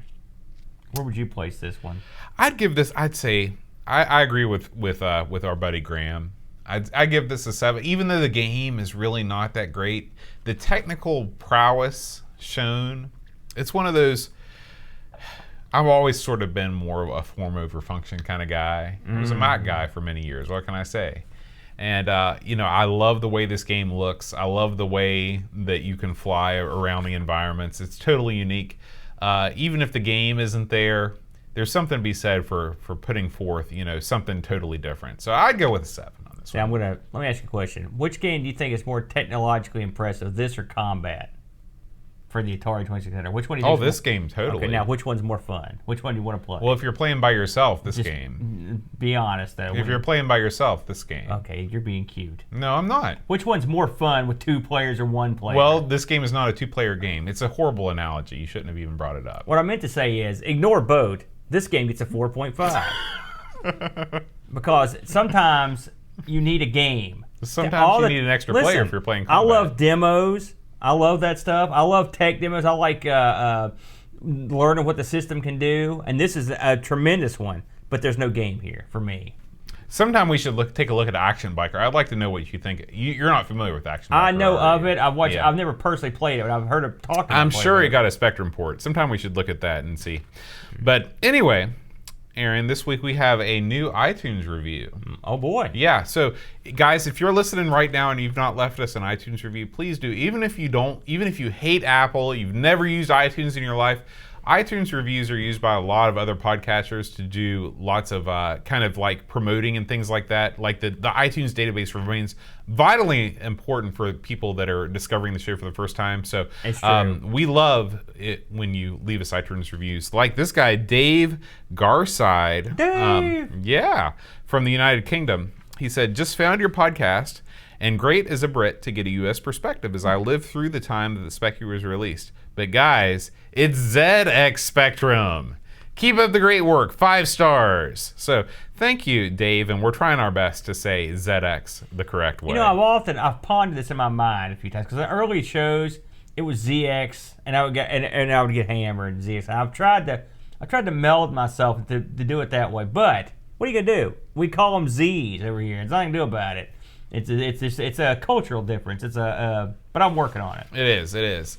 So, Aaron, before we go, I'd like to thank our supporters, Laurent Giroux, Gary Heather, Eric Nelson, Harbo Knott, Graham Vebke, Frodo NL, Tapes from the Crypt, Pixels at Dawn, Chris Folds, Paul Harrington, and Christopher Hassel. If you'd like to support Our Sinclair, if you like the show, you can go to patreon.com/Our Sinclair. And Aaron, next week, we're going to be taking a look at Robocop. Robocop? Yeah. Hot dog. Yeah. So, we will see you then. Until then, rewind tape. And press play. I didn't even have to look at the paper that time. I know. Nice job, dude. You really thought that was what'd you say, a 6 or whatever? 7. There was no game there. But I like flying around. It's why I like Elite Dangerous. There's a game there. How could they make a game with no bombing and shooting where you go hover around trying to catch a little disc? It is rather lame. Where was that on the show? I demand a re-record where you add that part. You heard him. I don't know. What up, Vamp? I've always been a fan of games that you just kind of exist in. Anybody in the chat played this game? Someone correct one of us and explain what the hell is going on in this game. I don't get it. I don't get why you would put all that time and effort into this engine. And then that's what you come up with. I don't get it. I need to look at what we're playing next week. Robocop. No, because that's right now. Vamped Amiga. I bet I know what you got in your machine, brother. Thank you, Retro. Retro Man Cave agrees with you. This is one of the top 10 games ever on this. I mean, week after week, what do we say? How the heck can the Spectrum do this? All right? This game's no exception. Awesome engine, the shadows, the altitude, it's all there. There you go. Pac Billy agrees with me. It's like Pilot Wings. Don't you just fly around on Pilot Wings? No. It is like Pilot Wings. No, it's not. You jump out of stuff. You go through rings. Man, Pac Billy, I wish you would have said that when we were recording, because I would have jumped right in with that. Explain to me what it like. Look at that. Paul's with me. The tide has turned, Aaron. I'm moving on. But that's not the game. That's screwing around. Yeah, it is, and I love it. Until you run out of fuel. Yep. Or run out of time. Well, then you land. Then you take off again, and the adventure Let me ask you, begins. how often, I would love to, I want to watch you play this game. All right. Because stick around after the show. I'll fire it up on the real Spectrum. No, let me tell you, here's what's going to happen. Here's both. It's great. It's so relaxing. You're going to take off, and you're going to crash in about 3 seconds. You're going to take off again. You're going to crash in about 10 seconds. No. That's exactly what's going to happen. I don't know if I told you this, Aaron, but I'm taking sailing lessons in a couple weeks. Sing it. Sailing takes me away. Yeah, man, we sounded great. I know. And so You're singing the I feel part. like I'm qualified to speak on this matter. It's an airplane. Rudder, Aaron, rudder. Are you taking them specifically because your name is Boat? That had something to do with it. I knew it. Okay, we're ready to do this. Robocop. Robozone coming up. He's got a long way to go. Hi, everybody. My head's in the thing. Bye, everybody. What? I look kind of cool. How could that change? How could you possibly? We just did an episode. Well, I think it's because I leaned forward. Maybe you should set yourself on the table, slinky-like. I'm just going to move this over just a little bit. Pac Billy gets it. Shane Monroe. Hey, listen, Retro. I told you, people. I can't believe there's another guy Retro that's heard Gaming of him Radio. before. I thought you were the only one that listened to him. Kid Hype Smith, Shane Monroe. You know his middle name, Wrestling, the Wizard. You know, that's the R. He renamed himself. He made up his own name. That's not his real name. What's his real name? I don't know. He changed it legally to Shane R. Monroe. This guy sounds like a tool. He's awesome, dude. You know he's awesome. He's got an attitude. We ready? Boy, the world's in need of more people with an attitude. Yes, I can tell you that. That's correct, Billy. All right, here we go. Hi, everybody. Welcome to our Sinclair. I'm John. And I'm Aaron. And today we're going to be talking about Robocop. Yeah. Now, Aaron, famously, you have never seen the film Robocop, It's correct? funny because I will say I have watched chunks of it. I watched the ending just the other day. It was awesome. Good ending. Robocop is a film that I was not prepared for. Yeah. I watched it a couple years ago, and I was not prepared for the level of violence involved. It's over the top violence. Yeah. It's machete levels. You know, I am. I get a little squeamish around. How did you become so sensitive? Did you have a violent upbringing? No. I really think it's kind of like tryptophobia. You know what that is? Too much tripping? No, that's like the fear of small holes in things. Have you heard of this disorder? It's not really a disorder. You made that up, didn't you? No. Small holes? So like if I held a donut up, they'd be like, oh! No, but like think about like the surface of a strawberry has many like small pock marks in it. But those are holes. And that freaks people out. The new Mac Pro. I've never heard of this. Okay, well look it up. Wiki it, tryptophobia. I feel like there's just something about lots of blood and seeing people in pain that this doesn't do it for me. Man, let me tell you something. As a lifelong wrestling and MMA fan, I love the pain. I love machete. Now I don't like gore fest or torture porn, any of that garbage. I want the pain to be earned. I like man-on-man violence. I like beatdowns. That's what I like. When you're looking for man-on-man, RoboCop. Or women on women violence. I'm down with that too. Yeah.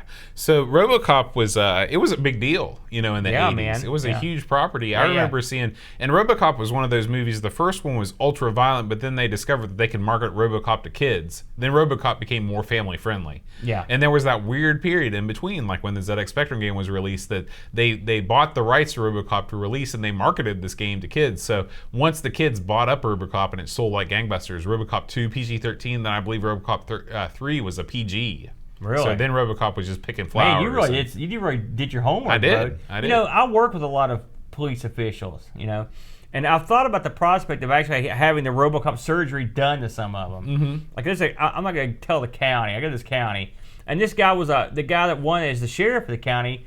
Literally, until he won as sheriff, he'd never held office. He was a pipe fitter. Really? And I was there the day he came in office, and he was like, "What's a subpoena? What's going on? What's all this crap in the car? I had no idea what was going on. He's your sheriff." So what if you RoboCop this guy up? Mm-hmm. It's no good. Because what would probably happen, these counties are cash strapped, right? So RoboCop was the most sophisticated cop ever built, right?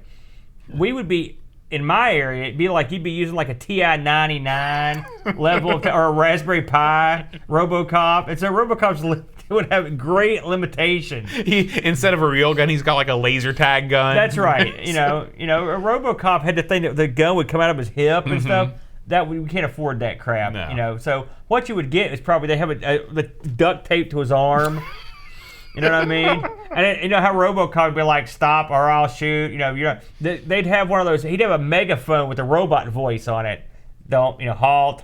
That's as best we could do. It was funny because I always thought it was weird that RoboCop, he had all this advanced technology, but they couldn't get away from the robot voice, the synthetic robot voice. Though it looked like RoboCop's mouth was unimpeded.